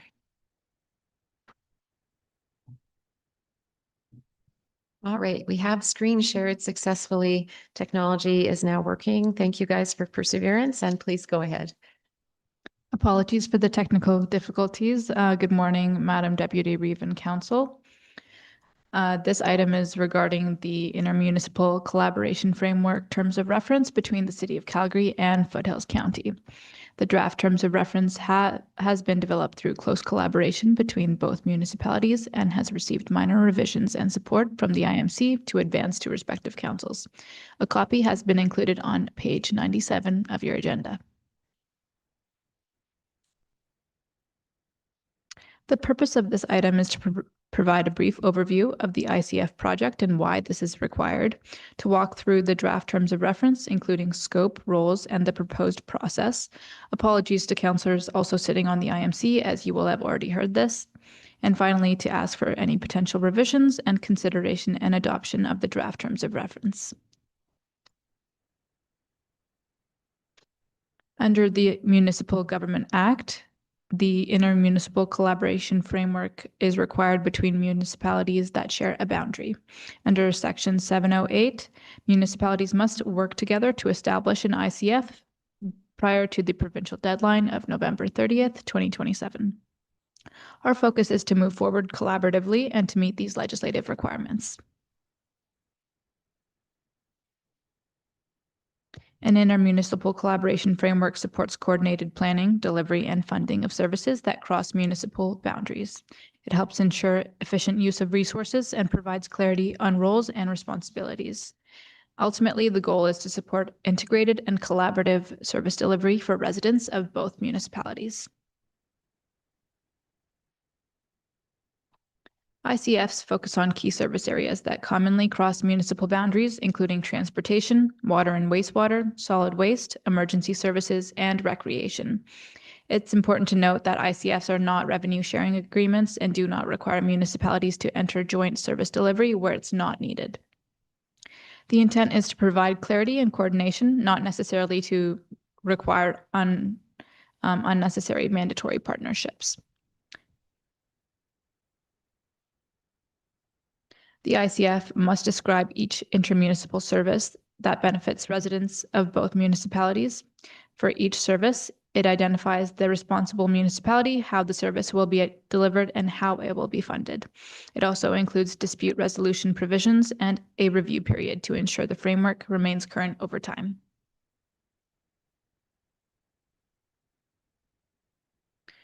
The terms of reference sets the direction for this work. It confirms the service areas to be addressed and allows the identification of additional or future shared services. It also establishes clear roles and responsibilities, service coordination principles, and dispute resolution mechanisms, in addition to an implementation and review process. Overall, it provides a clear and structured approach to coordinating shared services between municipalities.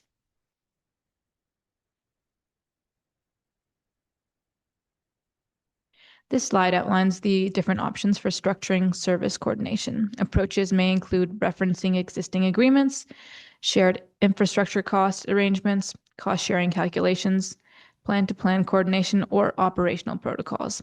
It may also confirm that no coordinated service delivery is required where appropriate. This approach provides flexibility and ensures each service area is addressed in the most appropriate way. This slide shows the overall project roadmap and timing. Initial planning and analysis have already been completed. We are now asking respective councils to consider and adopt the draft terms of reference. This was approved by the City of Calgary's Intergovernmental Affairs Committee on June 18th, 2026, and now will proceed to their council for consideration and adoption.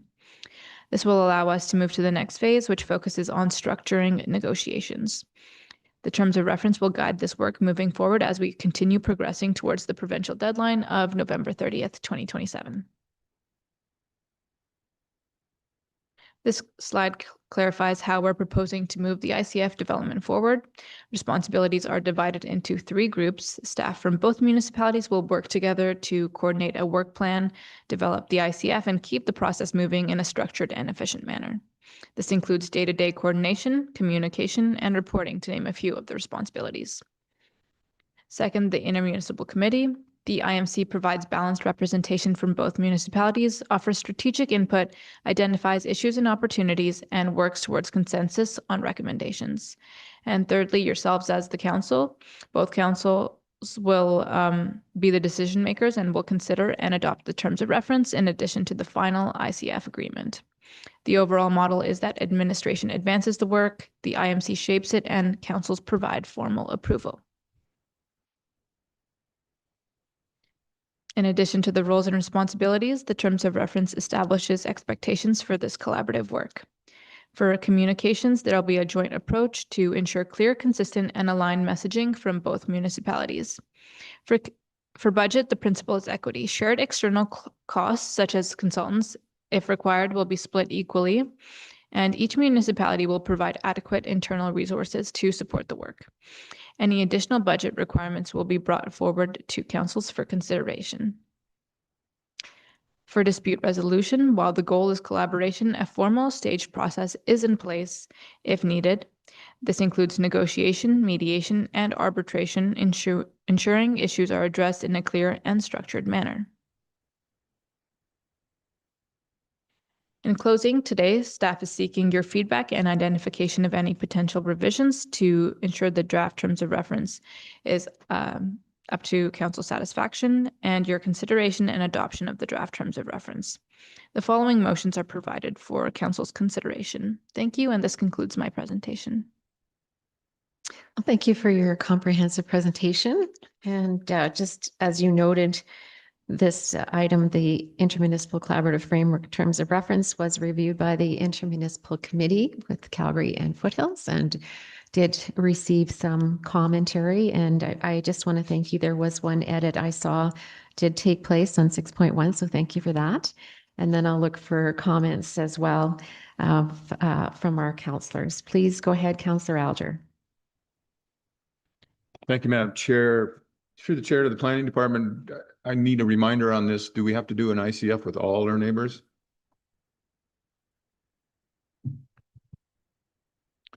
Through the chair to Councillor Alger, we are required to have an ICF with all our neighbors. We do have existing ones in place or existing agreements that can have minor amendments to meet that ICF requirement. Yeah. Yeah. Okay, thank you. And we don't have one with Rocky View County. We need to go through this process with Rocky View County, and we may do one with our rural neighbors, ranchlands, wheatland, Vulcan, or we may jointly agree that one is not necessary with our rural neighbors. Gotcha. Okay, and one more, if I may, through the chair to the planning department again. So in this document, there's speak of providing local servicing, joint projects, things like that. Do we foresee, when this is implemented, would we foresee opening the door for more, I'm going to go with water and wastewater services into the county from our partnering neighbors, mostly the city of Calgary, if we're speaking of this one, but like, does this open the door any wider for those services? So I do have Sam Payne up as well. Do you have a comment on that? Thank you, Madam Chair. That's a hard one to answer. It is a situation where the county's got to sit at the negotiating table in good faith and accommodate any discussions that might culminate as part of that process. Not sure it necessarily opens up the door, though. It's really intended to formalize any current services that we're sharing that benefit residents across both boundaries and put that into a formalized framework. I would just clarify for council, we currently only have one formal ICF in place with an urban neighbor, and that's with Diamond Valley. That's the most recent one that we've completed.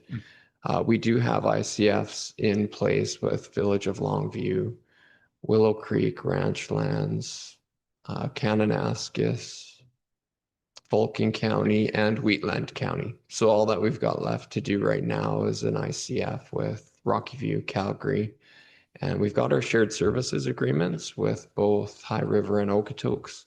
However, we've got to reformat those to qualify as an ICF. So we would be following a similar process that we did with Diamond Valley, where we'd just simply be proposing to the towns that we would be revising the whereas clauses to have this satisfy ICF legislation. We also have to remove libraries from any of our existing agreements because Bill 50 indicated that ICFs are not allowed to incorporate third-party services within an ICF.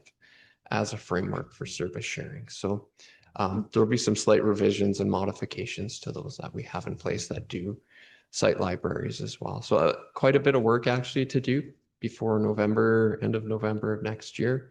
But we'll work our way through it, and who knows, there may be requests for additional time extensions if needed, as we've done in the past. Well, thank you for that. And back over to Councillor Elder. Did you have any follow-ups? I do not. Thank you. Okay, thank you.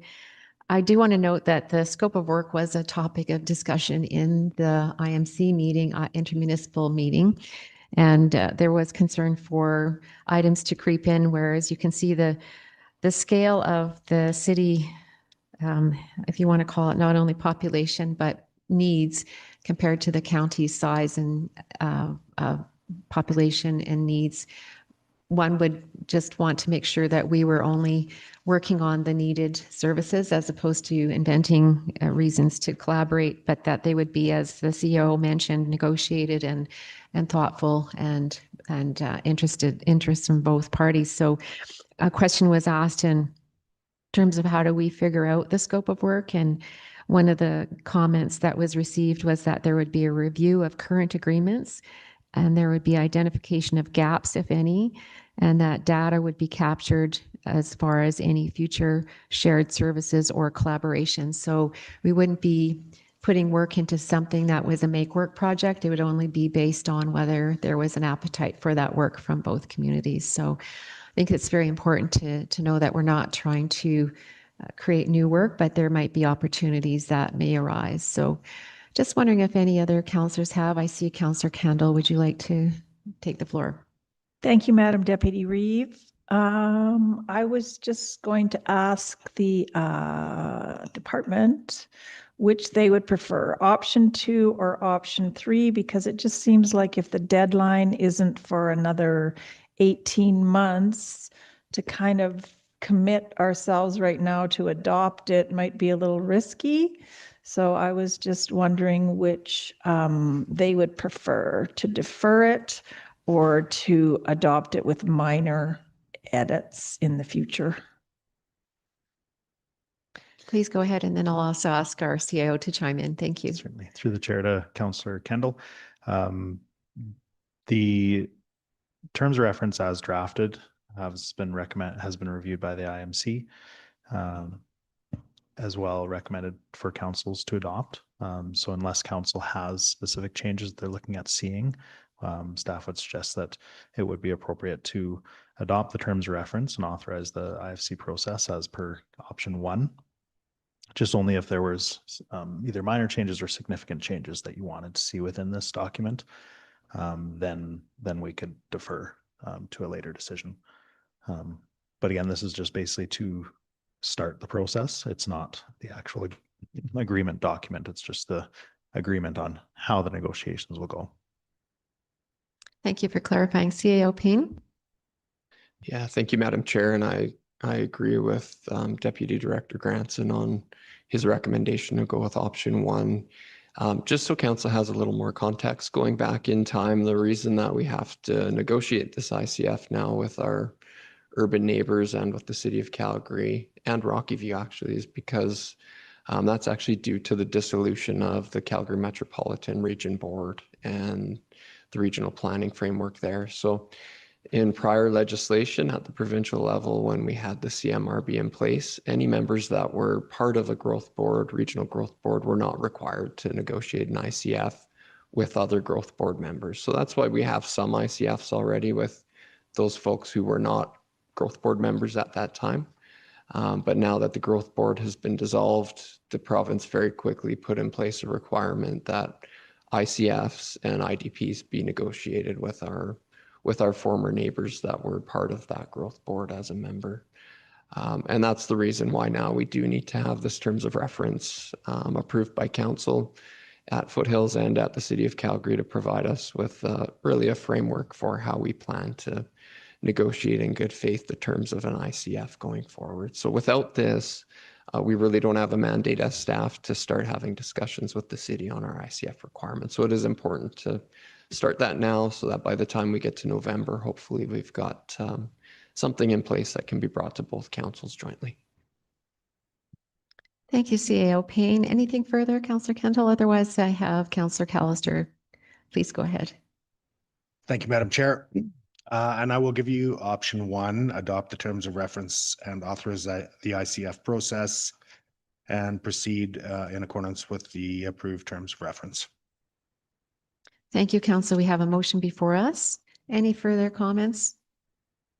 I'll ask the question. All in favor? That motion is carried. Thank you, everyone. And our planning team is here also for item D2, which is a very exciting project that has been years in the making and adapting to the various planning levels and also what's been happening here in Foothills County. So that is on page 107, Flood Hazard Protection Overlay District. And this is, the title is Technical Amendments and Public Engagement. So if everyone could pull that page out there, and then I will go over to, it looks like we have a co-presentation here on this one. So I look forward to our Deputy Director and our planner. Would you please go ahead?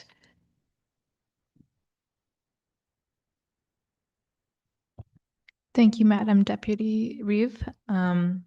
So the intent of this item is to introduce the proposed updates to the flood hazard protection overlay and to seek council's direction on next steps.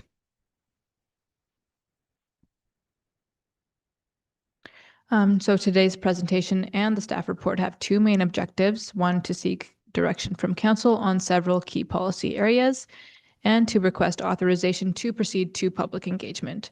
The outcome of today's discussion will guide how we refine the proposed land use bylaw amendments and move forward with engagement. The flood hazard policy directly affects public safety, property damage, environmental impact, and long-term land use planning. With updated flood mapping, we are now looking at changes that may affect where and how development may occur. This is an important policy discussion about how the county balances risk, development, and resilience moving forward.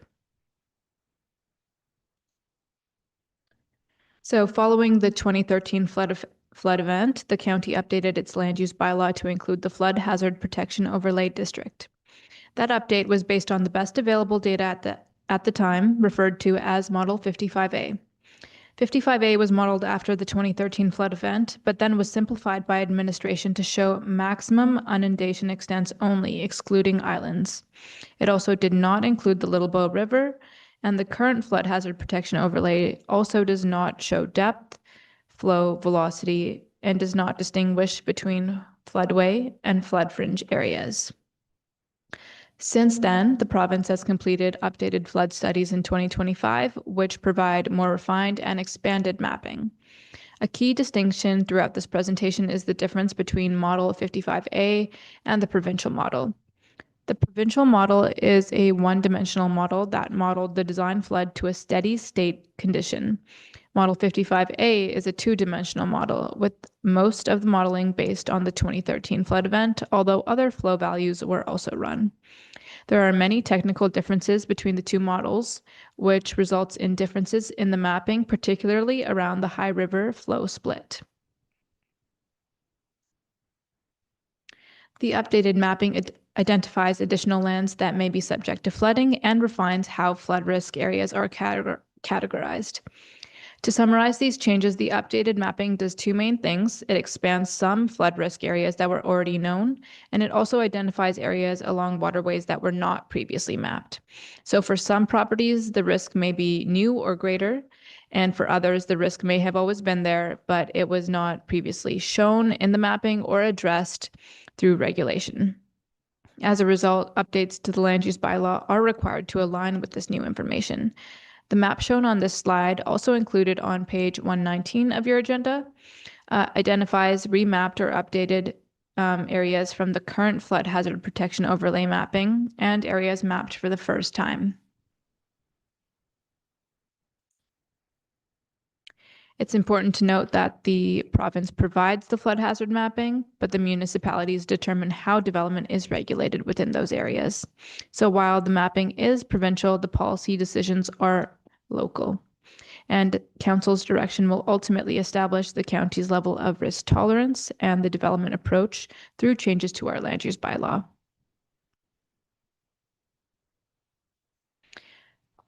This slide provides a simplified overview of the key flood hazard categories. Floodways represent the highest risk areas and are typically have the strictest development controls. Flood fringe areas are generally lower risk, where development may be possible with mitigation. The updated mapping also introduces the high hazard flood fringe, which reflects areas of elevated risk within the fringe. There are also lower probability flood extents, such as the 1 to 200 and 1 to 500 events, which can inform long-term planning. The map shown on this slide is also included on page 118 of your agenda, which identifies an area previously not included within the current flood hazard protection overlay mapping.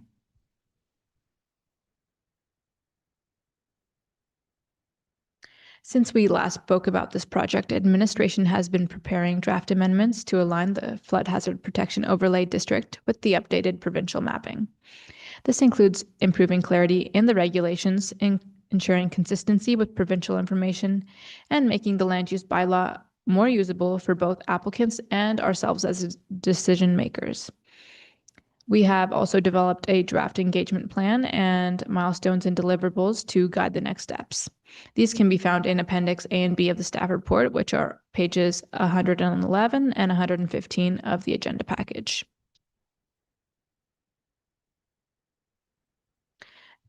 At this stage, we are seeking council direction on 4 key policy areas. These decisions will shape how the updated mapping is implemented and how development is regulated moving forward. The 4 areas relate to the current flood hazard protection overlay mapping, informational flood extents, high hazard flood fringe, and flood fringe flexibility. Please note that any direction that council provides at this stage will be preliminary and may be refined through subsequent engagement and feedback.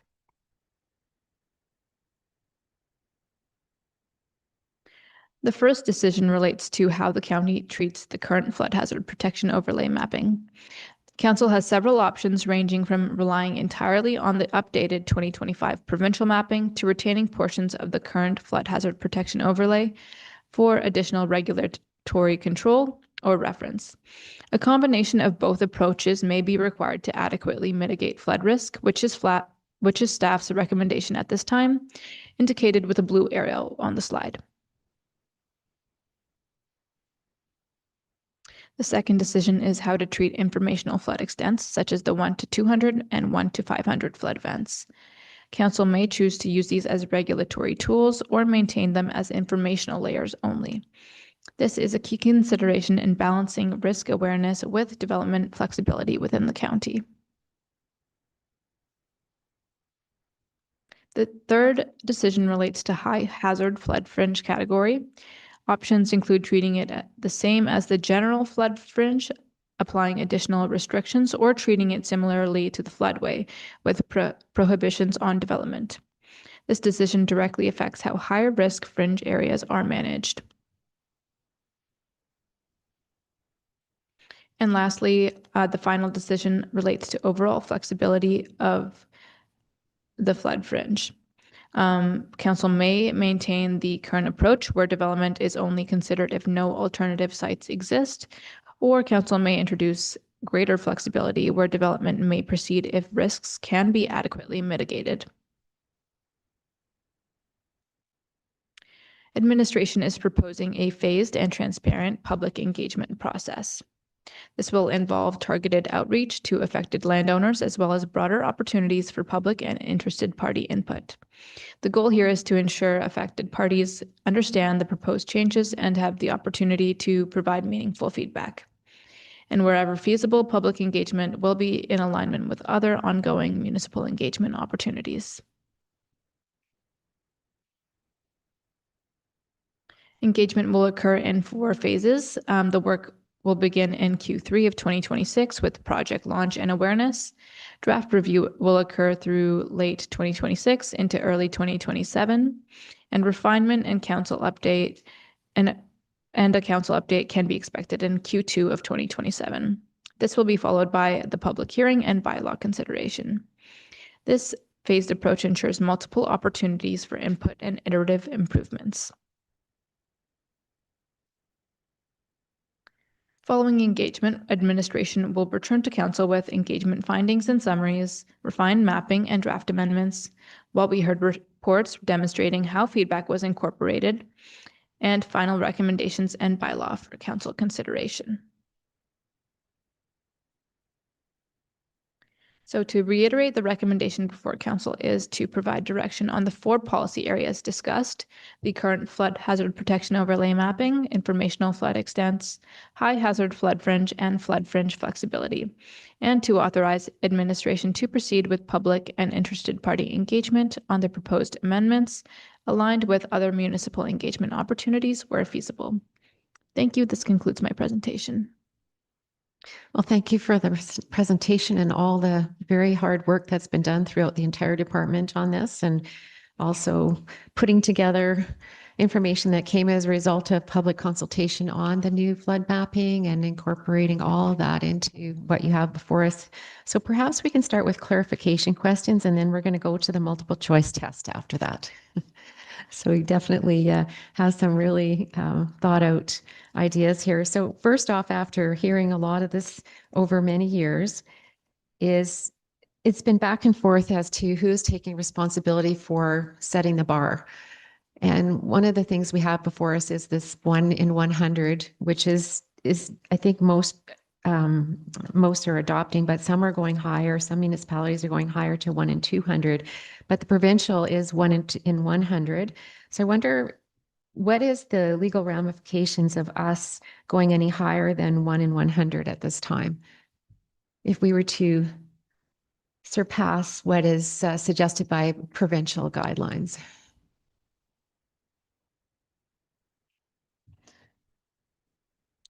Please go ahead. There are no provincial guidelines. Not even the what recommended 1 in 100? No, It's only no. mapping, There's no no policy? recommendation, it's just mapping. Basically, Okay. they're allowing now, I don't know the legal ramifications, I'll be clear on that. Okay. But they are allowing municipalities to determine their risk tolerance on their own, if at all. And that's unfortunate, because I would expect that different municipalities would treat these flood maps differently, which is, not helpful across the province. But 1 in 100 has been the standard to which we've all lived in throughout our life period. And we're capable of sort of mapping the 2 and 250, but how necessary is that in the long term? So I don't know the legal ramifications to answer your questions, but there really are not provincial guidelines associated with this. So there was a whole time right after 2013 where they were going to do policy, and that has totally died off. And one of the things that's in our report here is this interesting designation. So page 108, we have a list of the different areas, the definitions of them. And one of the contentious ones was the protected flood fringe, which we are being asked for commentary on high hazard flood fringe. But this one is very interesting because the province was putting forward a special policy area for this area. And that was, if it was protected by a berm or a dike, what would be the allowable development in that area? And so what it looks like they're doing at this point is stepping away from any policy or any designations and say, municipalities, you decide. But the consequence of that protected flood fringe area is huge, because water pushes underground into those areas that are supposedly protected by dikes and berms. So there's a lot of question as to how far we go with our flexibility, and that's what you're asking us today, is to look at those 4 areas. So I just wanted to mention those 2 because there has been so much dialogue from the province in terms of them coming up with solutions, but really what we're seeing only is mapping, and then we get to decide. And I guess all of our neighbors, which is be interesting to see where they go with this as well. Maybe that's a comment I might just follow one more time and then go to the rest of council. I see Councillor Callister's up as well. So do we have any information from any neighbors going with any other standards or any other prohibitions that you're aware of? Yeah, so to the chair, there is a range. It's quite typical in the rural setting that the floodway is being limited or restricted, with provisions to allow for some development. And again, it's a range. basically restricted development in the floodway, allowing for development in the floodway, and prohibition of development in the floodway. It's my understanding that the urban developments have created kind of historical areas where they have an existing downtown, for example, that's in any of those categories where they allow for redevelopment, even intensification. However, as you noted, there's the protected floodway area, or the protected, flood fringe. So something that's behind a berm, for example. I don't believe we have any of those within our jurisdiction. They mostly fall within the towns where that work has been done. So we're really dealing with floodway, flood fringe, and the high hazard flood fringe. Towns also do have a minimum elevation for development typically. So they have a threshold for building permits, for example. So when you are constructing, they know what the ground elevation is and the flood elevation of the 1 in 100. And through their building and safety codes, they have to illustrate that utilities and such are above that level. That's difficult in our areas because we don't have that ground elevation data in place as much. So in general, yes, we are using what other municipalities are doing and considering, what's appropriate in flood fringe. Our recommendation is that it's not likely worth it to allow for development in the floodway because most properties do have alternative sites that would be safer and simpler. The other factor to consider is within our existing flood hazard protection overlay, we've removed the islands due to emergency response requirements. So if a road into a property is flooded but the house isn't, we were still required to rescue those people. So they did have to be either we're stranded for several hours, or we're helicoptered out, boated out. So that is considered that, are we okay having people develop on islands where we can't get to them, even though they may be safe in their house, but we don't know that timeline. So that was the reasoning for basically just encompassing the entire area and not allowing for island development with the current layers. So there's lots of factors that we can consider when we decide, but I guess at this point we're kind of looking for your general direction on what's your risk tolerance. Certainly, as we develop policy, we can bring back, and as time goes, more and more municipalities will be adopting their own policies, so we'll have more reference to go off of as well. So sort of unknown at this point, but. Thank you. That was very helpful. Over to you, Councillor Callister. Thank you, Madam Chair. Through the chair to Deputy Director Grants, and just a couple quick questions. The 2013 flood, was that considered 1 in 200 or a 1 in 100, 1 in 500? Do we know? I don't believe they've put a number on it. Our manager of GIS might be able to acknowledge that. I don't know if he's available. It was for the Highwood, it was a greater number, a greater flow rate. And for the sheep, it was a lower flow rate than the 1 in 100. So it's just different. Okay, I'll follow up on that. Number one, treatment of the flood hazard data from 2013. The 2025 mapping had to have been based on that to some degree. I'd have to refer to our manager of GIS about what data was used in the provincial mapping. I'm not as familiar with the numbers that were actually used. They're basically two separate models. So that was based off of the 1 in 100, and then there was 1 in 200 and 1 in 500 as well. But I mean, there are discrepancies in them. They're different model formats, and then there was different scopes. So the model 55A that we used for our flood hazard protection overlay, it does extend further down the bow. So that's an area that the provincial mapping did not include.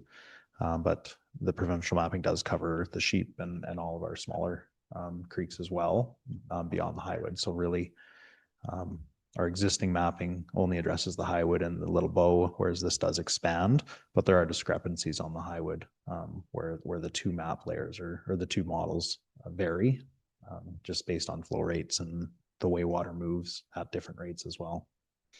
Okay, last question that you probably can't answer either. I remember back in 2013, there was a lot of bank reinforcement, riprap being brought in to the sheep and some other spots. There was also 3 upstream projects that the province was going to undertake. Is any of that work still underway? Do we know? Upstream mitigation for potential flooding? And what was done, do you know? I'm aware of the work that was done in the urban municipalities, but I'd have to ask for probably Andrew Rob to comment on that. There was a lot of bank stabilization projects throughout the county, but it didn't change the flood mapping. It was a lot of willows being planted in the edges of the rivers. Yeah, and to clarify, the model 55A that we used for our flood hazard protection overlay was done later. Like it was, I believe it was done after a significant amount of that work was done. So it does account for that work.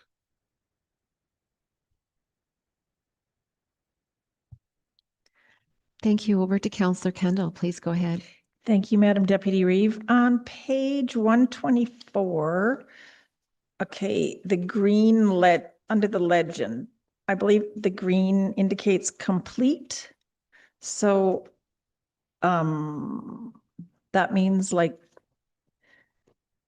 the flood, it says lands impacted by 2013 flood event. So doesn't show anything along the sheep there. I was just a little bit confused about that map. Certainly. So to Councillor Kendall, that map is what we are currently using as our flood hazard protection overlay.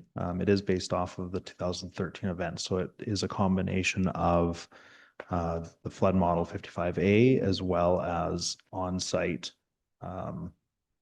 basically ground truthing of high water marks. So for the most part, it really only addressed the Highwood and the Little Bow and then portions of the Bow. The model itself doesn't go along the Bow. That was basically just high water marks. And then there were no studies done on any of the other rivers at that time. So I was just gonna, as an aside, to your comment about the 1 in 100, 200 regarding the Sheep River. So in 2005, it was a very significant flood, 3 floods actually, but the second one was the worst. 10 days apart they were in Okotoks. And really the only reason that the 2013 flood wasn't more devastating was because when it left Black Diamond, it actually overflowed its banks, which it had not done in 2005. And it flooded 2 nights in Okotoks, subsequent nights. And the reason for that was because the slow moving storm along the Rockies hovered over the headwaters of the South Sheep first, and then the next night, the North Sheep. So had those 2 events happened on the same night. But needless to say, the flooding in Turner Valley and Black Diamond in 2005 was way more significant than 2005. And the only reason it wasn't worse was because it spread out. But that's just an aside. But I was just a little confused when it says lands impacted by 2013 flood event, that it didn't include that. So thanks. Thank you. And I just might remind us that there is also a great resource on the provincial website where they do have all of the studies that have been done. So we can check those out, and you can see some of the history, because throughout the entire process, the mapping was done, but there was also public engagement where there was opportunities for citizens who were never mapped before, were now mapped, and perhaps their entire building site was now mapped in a floodway or a flood fringe. So it was quite alarming to a lot of people. So one of the questions we're facing today is really an important one, and that is, what do we do with the ones that are already in place versus new development? So we might bring that into our discussion. So at this point, perhaps we can go to the multiple choice questions on page 109, and go through each one of them and hear reasoning for staff recommendations or for thoughts from council. And the first one is the treatment of the 2013 flood hazard data. And we're to consider whether we would fully disregard as A and rely solely on provincial designated 2025 mapping. B would be incorporate only lands where discrepancies exist between 2013 and 2025 mapping. That was the staff recommendation. And C was retain the 2013 data to impose additional development limitations where warranted, or D, which was to retain the 2013 data for historical contextual reference only. Now, the 2013 data has served us well, and we ground truthed it. We have photos, we have high watermarks, we have really good information. And one of the characteristics of all of our floods is that they're different, and there might be some matters that influence it, including where all the water's coming from and the combinations of storms and such. There's so many long list of things there. But this particular one has the evidence, and the other is mapping.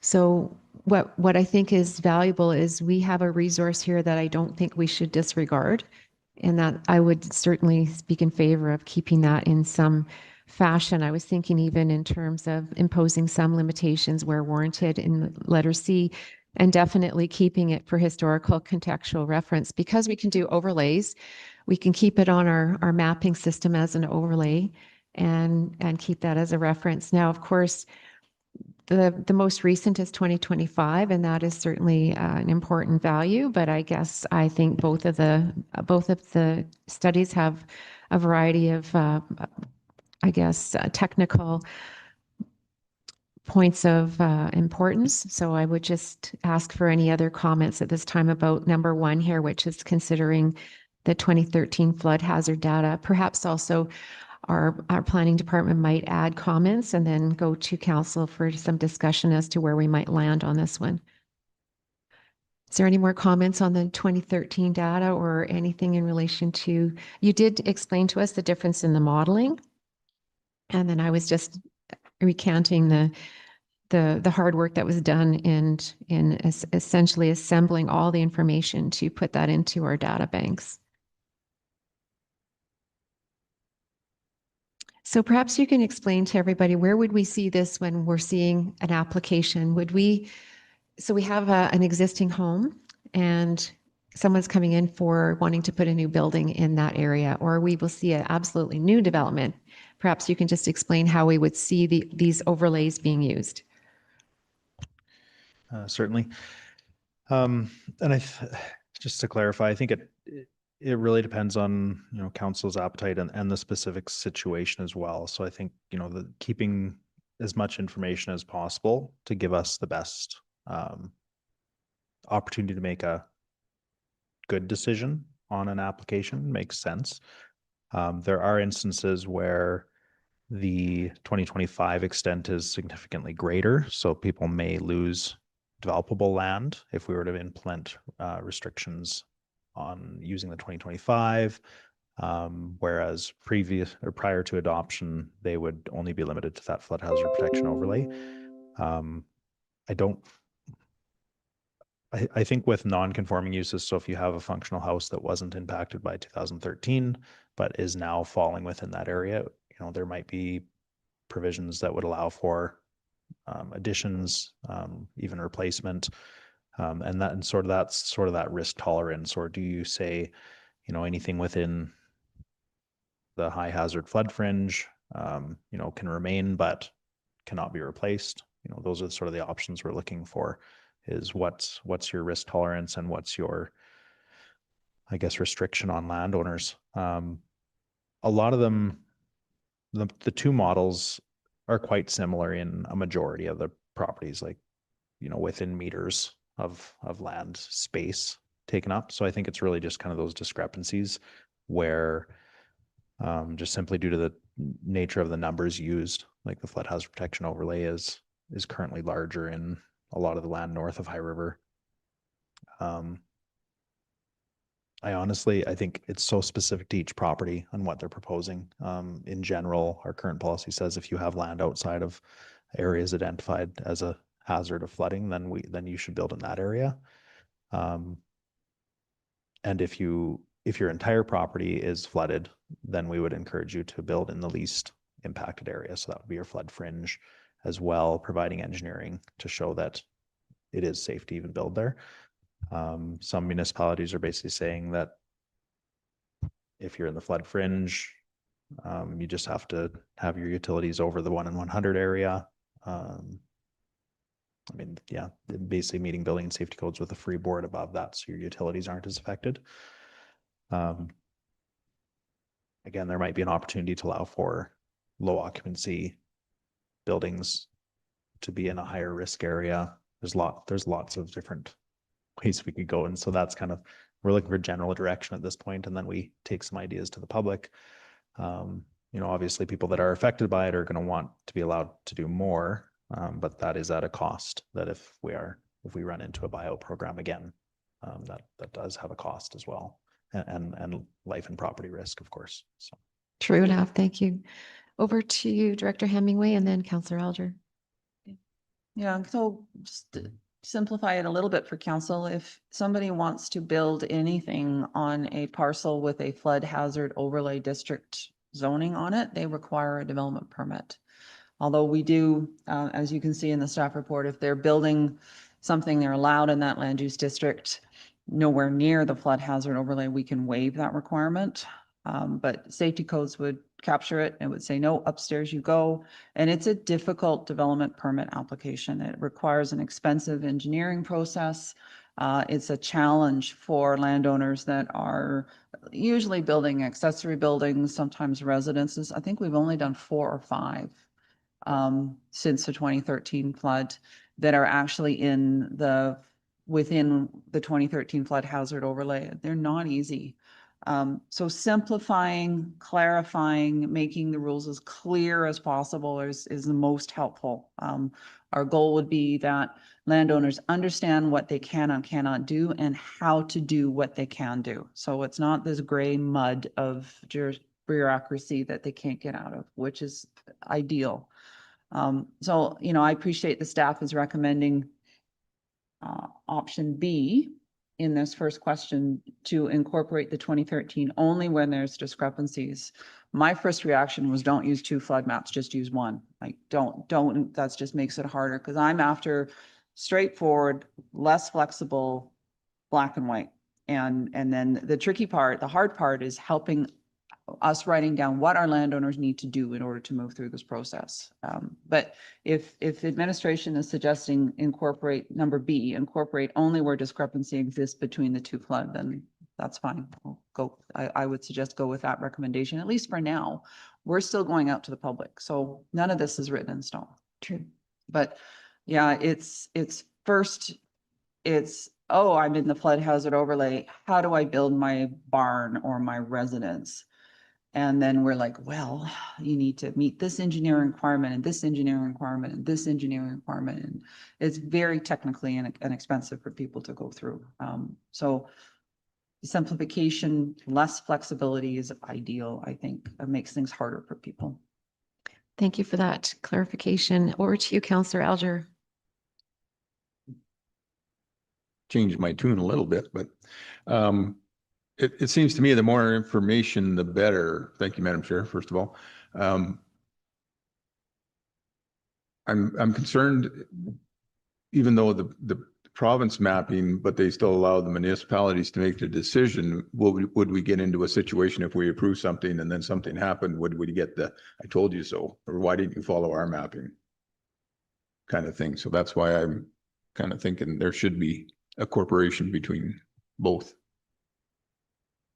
So B kind of fits in there if it's just discrepancy then. Yeah. Okay.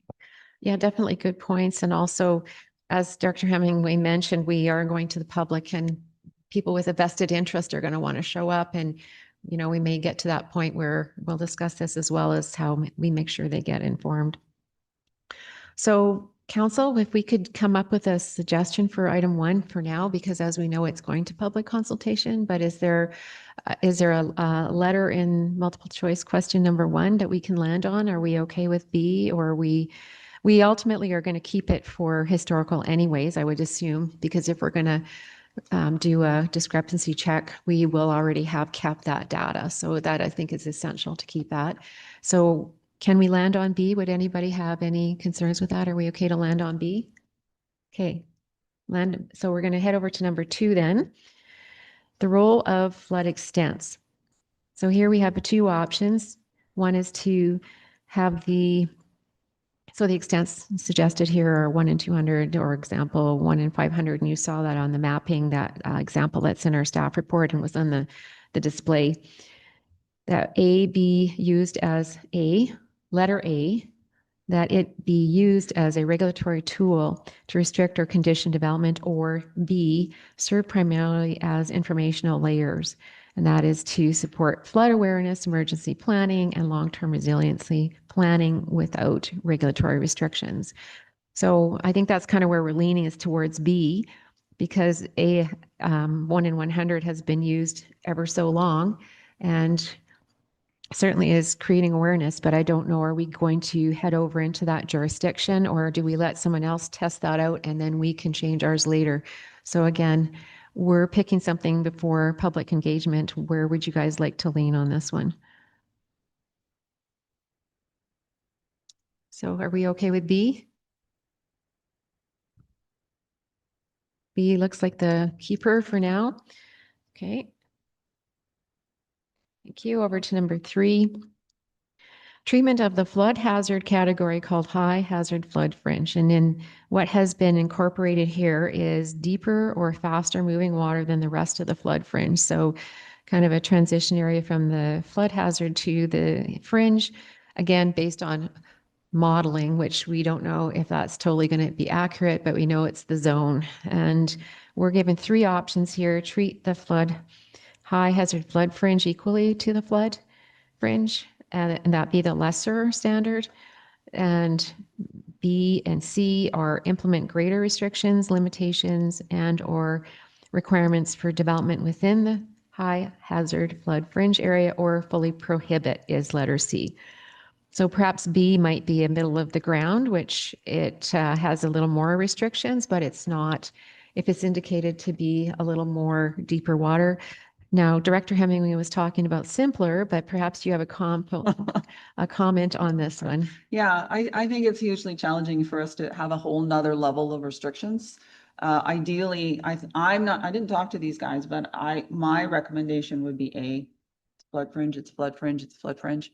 And they've got, the modeling does look at the depth and the velocity. So a landowner that's attempting to construct in that area would still have to address the depth and velocity in the engineering. If it's not a floodway, it's a flood fringe, whether it's a high hazard flood fringe or a not flood fringe. This whole additional category, I don't see the point. Any other comments? Go ahead.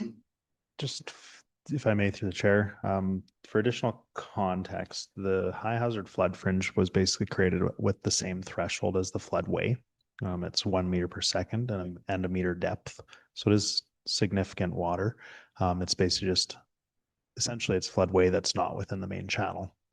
So it is, I think high hazard is, even that is careful. It's extremely hazardous. Now, again, I think that's I think by treating it as a flood fringe, I think that's fair, because if somebody really wants to go through the effort of engineering to address that, it's going to be extreme, and they're going to really have to want it and justify it. I do suspect that will essentially be a prohibition of development on that land, because I don't think it will be possible for them to engineer it so that they are not being affected by basically the nature of a floodway. We can basically say to them, no, we don't consider it, or yes, we do consider it, but it's a high threshold to be in that area. So that's sort of the difference between those 2 options. I'm kind of the inclination that if we do allow for consideration of it, we may never actually see an application that proposes it in the high hazard flood fringe, but that's up to then it does leave it up more to the landowners to make that decision. Yeah, you can energy. It's very true. So if we're a little indeterminate on this one, it doesn't matter at this point because of the public engagement forthcoming, but are we leaning towards A or B, or can we just say we're not sure on A, we're A or B on this one? Because we don't necessarily know enough information about it. Thoughts from council on where we land on this one? Councillor Alger? Yeah, that's a tough one. I'm kind of leaning towards B, but the general flood fringe and the high hazard flood fringe to me is a time sensitive thing. If you're in a flood situation where you're in the general flood fringe area, you could be in a high hazard area at any moment as the volume of water increases. Mm-hmm. So, and I don't think that really is pertaining to development per se, but it's something to think about as we allow development in any of these areas. Thank you. Any other comments? Did that make sense? No? Okay, thanks. So we're not determined, but we could see the merit of A and B, both of them. But again, there might be a qualifier because it is a defined area that perhaps there is some threshold that meets, there's a test that has to come with it. Yeah. If I may, I think one other thing to consider is that if we were looking at removing restrictions on the general flood fringe area, then we would want to keep restrictions on the high hazard flood fringe area. So for example, if we said, oh, flood fringe is safe enough, leave it to building and safety codes, then we would probably still want to implement a development permit requirement on the high hazard flood fringe. I get the impression, and I would suggest that we do keep the development permit requirement on flood fringe in general. So I think that encompasses this as well. So basically just having a development permit requirement on any flood fringe encompasses our goal. And then we can basically leave it to the engineers to determine the scope of work required. So keeping the DP would be letter A or B. So we're going to just leave it at that for now. We aren't determining A or the conclusive one on that. And then number 4, I think will help as well, is when we get into the level of flexibility, it looks like we're looking more for maintaining the existing flood hazard protection overlay approach as opposed to allowing greater flexibility in the flood fringe. And anyone who's been standing in the waters during an incident or sees it after the fact and the devastating damage and the effect on our emergency services, you'll not want to forget that part of it. And I remember in all of our discussions over many years, we had a number of seasoned members from Alberta Environment speak about the times when floods have occurred and the amount of years in between where it gets forgotten and development starts to take place. And one of the first things I remember, Dave McGee, who was a seasoned officer with that environment, and he said, first comes the park, then comes the berm or some sort of protection, and then comes the whole neighborhood, then comes the flood, and the entire thing is flooded out. And then here you are with the 90-10 federal provincial grants coming in to bail out everybody who was flooded. So let us not forget what's happened, and hopefully within our recollection that we don't go to B, but actually stay with A. And I don't know where you're leaning, but perhaps council members, would you give me an idea of where you're leaning on number 4, which is A or B? A, any other A's? Okay with A, all right. Thank you guys have made it through the multiple choice quiz today. And then we need direction on public engagement. So we are on page 110 for our outcomes that we're looking for from this item. We have the next steps identified and request of council. And in relation to the engagement plan, are there any questions before we head to our decisions that we're looking at here? Looks pretty comprehensive. You guys have thought that through and you're trying to coordinate efficiencies for bringing that forward. So that all looks really good. Any other questions on engagement? Okay, I'm not seeing any. So if we could just head over to page 110 mid-page. There's a request of council with 1 or 2 motions. Perhaps you could clarify whether you're looking for 2 or 1 motion. It looks like you could incorporate it in one. Here it is, providing direction on the 4 items which we've just reviewed. And then number 2, which is authorizing administration to proceed with the public and interested party engagement. So in terms of a motion, could we suggest that staff would, that council would recommend the direction which has been provided during the meeting on the 4 items, and that and that council would authorize administration to proceed with public and interested party engagement on proposed amendments as stated. Would that be amenable to council? Okay, very good. So would someone like to move that? Councillor Callister gives us the motion to I guess you would say incorporate 1 and 2 from the provided edits on a staff report. Any other commentary on that? Not seeing any, so I would ask the question. All in favor? Thank you, and thank you to our planning department for all of your input and all the behind the scenes work, and for that very interesting report that you've come up with today.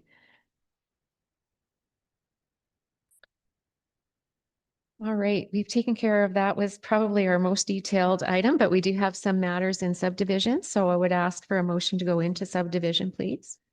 Councillor Alger gives us that. All in favor? We are now in subdivision. So I would ask everyone to turn to page 145 for item E1. And we have a request for subdivision in Division 5 for the Butler family. And I would go over to Director Hemingway for your review of this matter. Thank you, Mayor, very much, Madam Deputy Reid. This is an application for subdivision, creating 2 4.5 acre country residential district lots, leaving a balance of 38.96 agricultural district acres in a balance form, also including about 9 acres of environmental reserve easement. This application is when Councillor Alger's division, and council may look at this as somewhat familiar. This is a redo of a subdivision approval.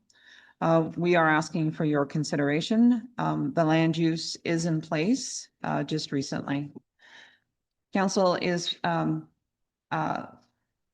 proposed to consider the subdivision application, which would create these 2 new lots, leaving a balance with the agricultural land use district. We're also extending 202nd Avenue to provide direct access to both these lots, as well as some lots to the south.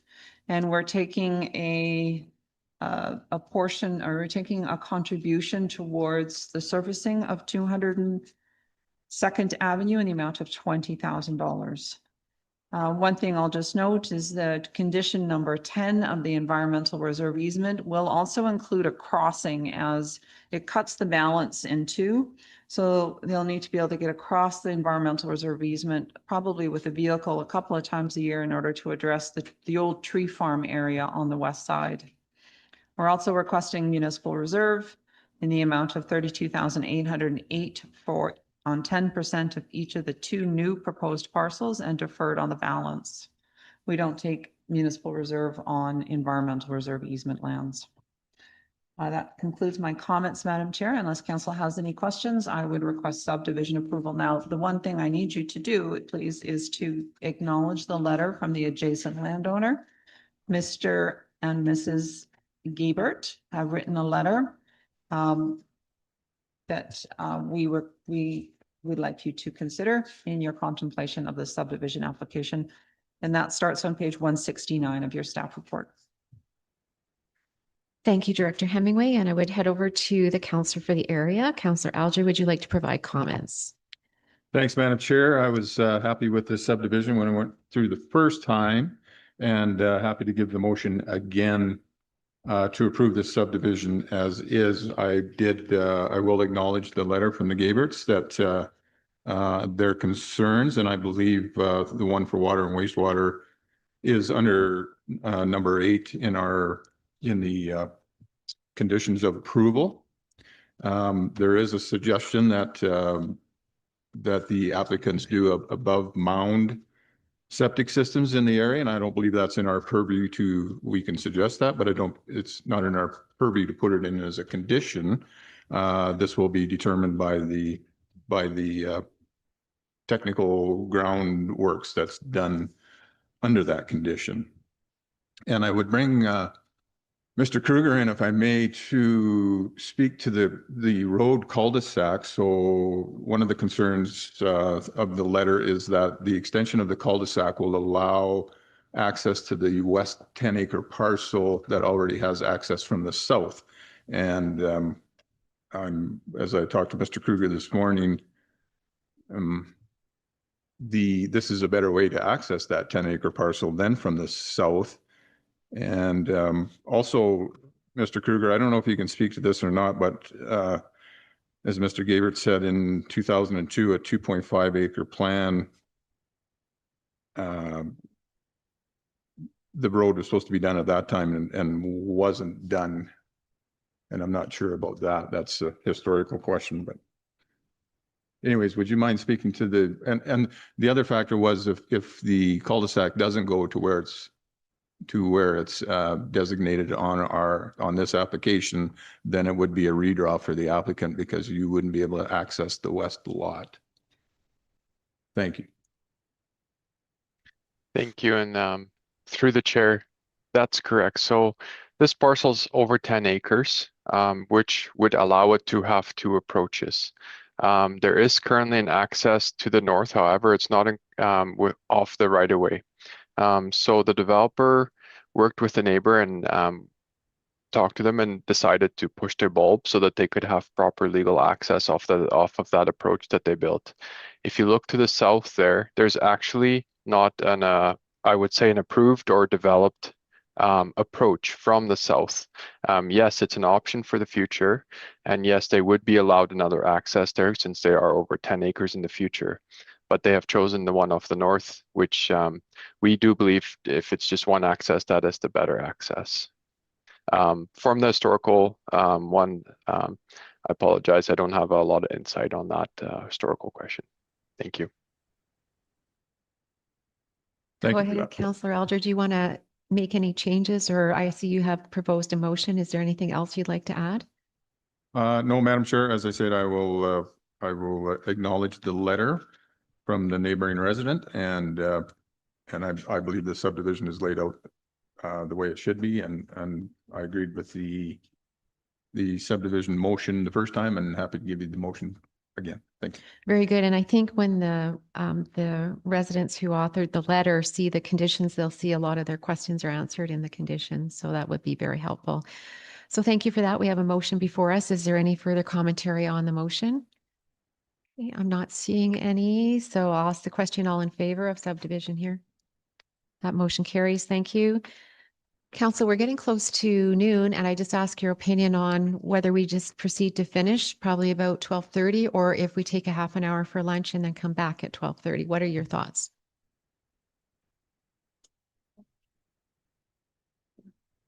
It's not here apparently, so if you would like, we can push through. That'd be all right. Carry on then. All right. Okay, excellent. So we're going to carry forward, and that means we're going to get to the next item E2. We're still in subdivision approving authority. And the next one is the Bishop family request for subdivision on page 173 of our agenda. Over to you, Director Hemingway. Madam Chair, if I may ask your indulgence to postpone this item until July 8th, because it's an open agenda on July 8th. That was my sarcasm, but there's just a few issues with the staff report I'd like to tweak and bring back to you on July 8th. Thank you. Being that this is in Division 3, would you like to propose that motion, Councillor Kendall? Yeah, but it's still got to be done right. Councillor Kendall moves that we are going to postpone to July the 8th. Is there any other comment on that motion? I'm not seeing any, so I'll ask the question. All in favor of postponing to the 8th? That has moved forward, and we're on to our third subdivision item E3, which is on page 181 of our agenda. And we're looking at another Division 3 with the Half Brand Ranching Inc. plan before us. So Director Hemingway, would you please provide a background for us? Thank you. First parcel out subdivision in Councillor Kendall's division. Council just finalized the land use bylaw today. Generally, we don't take municipal reserve on first parcels out. So we have provided the conditions. There are 10 conditions noted starting on page 182 of your staff report. Quite comfortable with all of them. council is amenable, or if the subdivision approving authority is amenable, I would like subdivision approval, please. Thank you for that information, and we'll go over to the counselor for the area. So Counselor Kendall, would you like to provide a motion or any comments at this time? No, I think everything looks fine there. I mean, it's kind of a dead end road, so it is a dead end road, so there's not really much conflict past that driveway or even prior to it for quite a ways. So I'm quite familiar with that road, so yep, it looks fine. I will give you that motion. Thank you. We have a motion for item E3, the Bishop property and, the Half Brand Ranching Inc. property. And as you heard, we've already had second and third today. So any other further comments on this application for subdivision? Not seeing any. All in favor? Thank you. That motion carries. And I need a motion to go out of subdivision. Would someone provide that, please? Councillor McHugh provides that motion. We're going out of subdivision. All in favor? Thank you, everyone. We're out and go back to our agenda for the final items here. We have a closed session item and we do have the accounts question. Do we have any answer on the accounts question? Go ahead, please. CAO Payne. Yeah, thank you, Madam Chair. So after consulting with staff about the choice of tree, they indicated to me that because Heritage Point is an urban environment, they've selected street trees to plant in the community.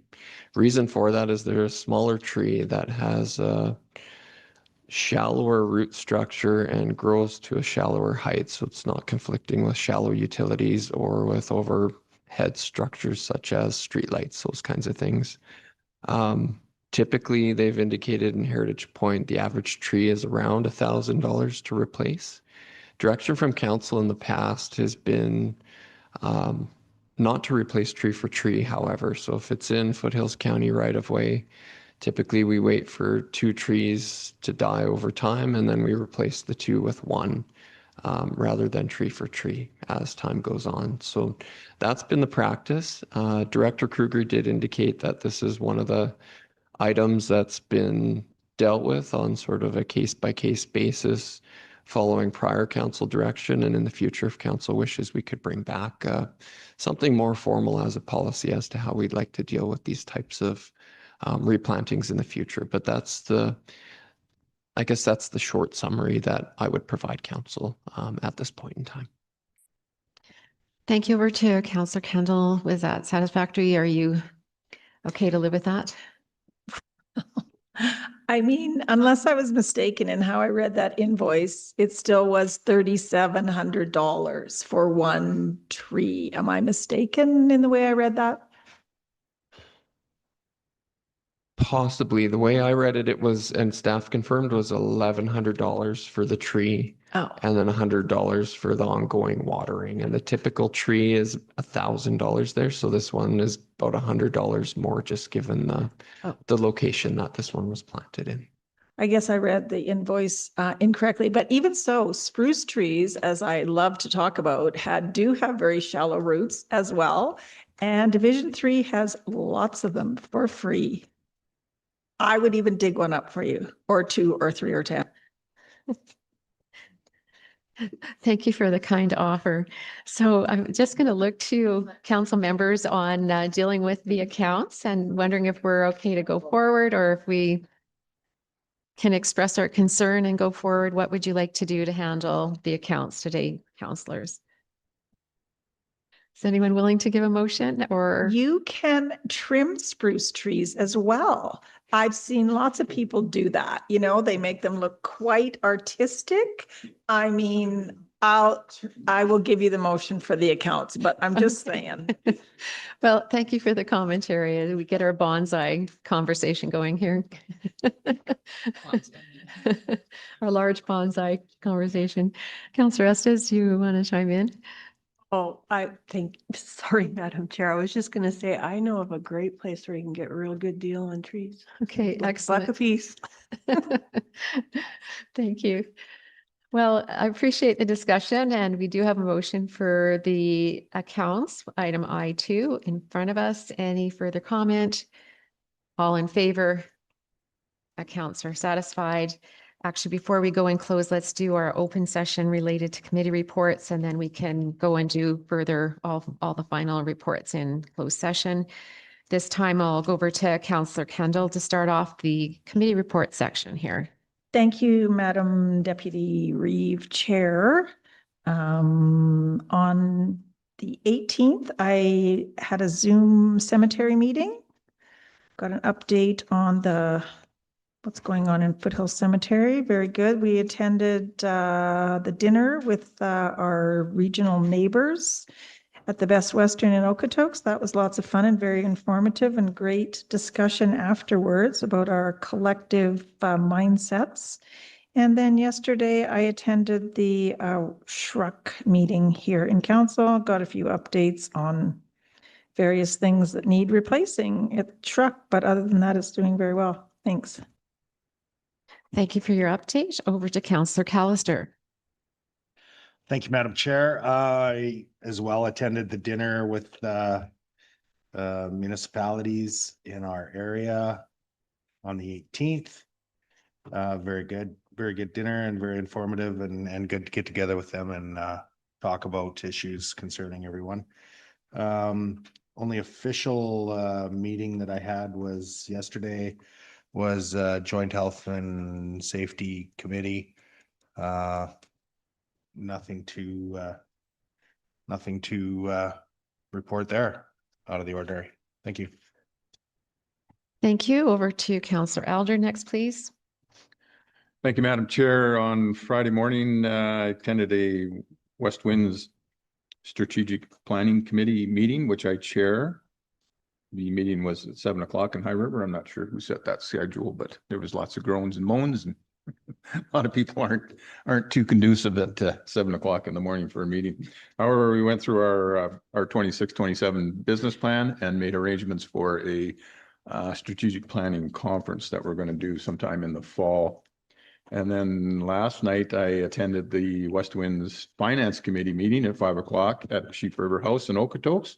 And we always start those sessions in the lodges with a public forum that the residents of the building can come in and voice any concerns or comments they have about their homes. And and then that led right into our West Winds board meeting at 6:30, of which a few residents stayed for a little bit, but it gets boring pretty quick for them, so they don't last very long. One of the main things we did was we went through our operating budget for some of our affordable housing. We have 126 units that we run on behalf of the province, so we have to do a budget every year for the province, and so we have to incorporate our utilities and increases in maintenance and whatnot, and then send that in to the province. We also, in between the finance meeting and the board meeting, we had some time, so we went for a quick tour of Kennedy Terrace, which is named after former Mayor Sandy Kennedy, who was also the parade marshal in Okotoks' parade this weekend. And that's our 10-unit affordable housing that we built in Darcy Ranch area, and we just took possession of it on Saturday. It's 10 units with 2 barrier-free, 2 3-bedroom, and the rest 2-bedroom and studios, or 1-bedrooms and 2 bedrooms. And it is fully subscribed already. So people will be moving in the next couple of weeks, in the next week or two. There's just a few deficiencies to deal with. And we're still waiting for funding for our phase 2 of Darcy, which is a 40 unit. But we're not having much luck with our funding. So that's kind of on hold for right now. And that's all I had. Thank you, ma'am. Thank you, Councillor Alger. Just a couple from my end here. On the 22nd, we had, actually, I'll first mention too, I did attend, as you all did as well, enjoyed the June 18th sub-regional event. That was a collaboration of all of our local municipalities, and well done, and thank you to all the organizers. And also, I have 2 additional ones. The 22nd attended the Alberta Rural Industrial Caucus, and just a reminder to council, we have a large group attending that. County of Grand Prairie, Foothills County, Leduc County, Municipal District of Greenville, Parkland County, Rocky View County, Strathcona County, Sturgeon County, and Yellowhead County. So the group has done a lot of behind the scenes work, and then in this particular meeting, adopted a terms of reference. It was an amended terms of reference, what the previous iteration, which was the Growth Board Rural Municipalities, has now been repositioned and has a strategic initiative related to the high assessment level and the industrial nature and collaborative group that has now formed with the ones I've just mentioned. So in addition to the terms of reference, they're also strategizing their next steps and how they might approach the presentation of this group to the provincial government. So good discussions all around, and look forward to continued work with the group. And further, I also attended the Anne and Sandy Cross Conservation Area Annual General Meeting yesterday. That'd be the 23rd. And also a follow-up board meeting. So in that, there's a lot of work going on at the cross, and many projects and great collaboration with the province going on at this point, working with various different organizations and students and conservation groups. And there's a wetland project going on, as you heard previously, road allowance project, the elk and ecology program, updating inspections and making sure everything's up to code so that all emergency aspects can be kept up to speed. They have a TP project. They have ongoing parking lot and trail construction work just to keep that growing and up, and maintenance being done. And as I mentioned, various schools that are still working with collaborating. So lots of great things on the go with the cross. And that's it for my report. And I'll go over to Councillor Estes next. Please go ahead. Thank you, Madam Chair. So on Monday, I had the Foothills Regional Services Commission, the landfill operations meeting.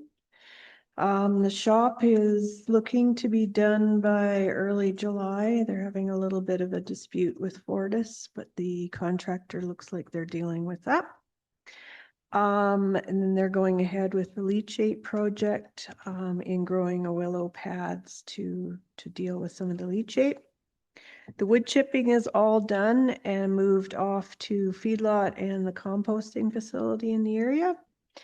And lastly, they are expanding the recycling with circular materials for cardboard and styrofoams. They don't, for quite a cost savings in having to deal with that on site. Then going to the wastewater operations, not a lot to report from there. Everything is running fine. They have the backup lift pump on site. They're just doing some vibration analysis. Wastewater flow is normal. The meter is still not working for Cargill, but they're doing that by estimate. And that's about all I have to report for there. Thanks. Thank you, Councillor Estes. Over to you, Councillor McHugh. Thank you, Madam Chair. June 18th, regional dinner with the municipalities. Yesterday morning, Joint Health and Safety Committee, we lost one of our co-chairs, and so we are still looking for an additional co-worker, worker co-chair for the committee. And basically it was steady as you go, report on near miss incidents, and we had the site-specific hazard assessment come into council today, and that's all as I have. Thank you. Thank you, Councillor McHugh. And over to you, Assistant Stanley. Did you have anything for us? Any things going on in your organizational? Thank you so much. Over to you, Manager Barrett. Anything for council? Nothing for me today. No. Thank you very much. Over to you, Director Hemingway. Anything from you? No, nothing. Thank you. Nothing in open? Very good. CEO Payne, anything in open? Just very quickly, I'd share with council that in addition to the reports already given on the various committees that I was part of as well, the toolbox meetings are something that myself and the directors group have gradually been attending throughout the county and all the different departments over the last number of weeks. And I would just want to share with council that that's been a very positive experience. I've participated in the CES meeting, the Alderside Shop Public Works Toolbox, and then most recently out at the landfill at the Toolbox meeting there. They rotated the staff in through 2 different 30-minute meetings to keep operations going out in the field. But it was interesting just to hear very different perspectives and feedback from each of the different work groups that we've been attending meetings to be part of as well. And it's just a great opportunity to open the door to staff to share more directly any of the concerns that they may have, as well as the various items that are working really well in each of those different work areas. So it's been a very positive exercise. It comes from our audit process. That was one of the things that came out as an important one, was to have our senior administration more involved in the toolbox meetings themselves, not just the admin toolbox meetings. So wanted to share that that's been good. I see Director Kruger smiling too. He's been part of those, which has also been a good experience. Also just wanted to remind council quickly that I will also be away here after today for about a week and a half, and you'll see an email from me appointing Director Hemingway temporarily with all of my authorities and bylaw requirements as CAO. She's away for a couple of days in there as well, but we'll share those responsibilities with the other directors for the times that she's not here. So just wanted council to be aware of that as well. That's all I had, Madam Chair. Thank you. Everything is going to be smooth and all is well. Thank you, CAO, for the update. Over to you, Councillor Kendall. It looks like you have a comment as well. Thank you, Madam Deputy. I would nominate myself for co-chair for whatever committee you're talking about there. But more importantly, I've had time to ruminate more on the spruce trees. And just to say, the spruce trees would also provide winter shelter for many birds and squirrels. And most importantly, bats could also live there. So before you disparage the lowly spruce tree, yet once again, just think for a moment about the wildlife habitat that one lonely spruce tree would provide for the residents of Heritage Point. I rest my case for the spruce tree. Thank you for the case being presented so well. Thank you. So thank you everyone for the committee report section here. And we do have one more item on the agenda, and that is our closed session. So I'm looking for a motion to go into closed from Councillor McHugh. All in favor? We are in closed session.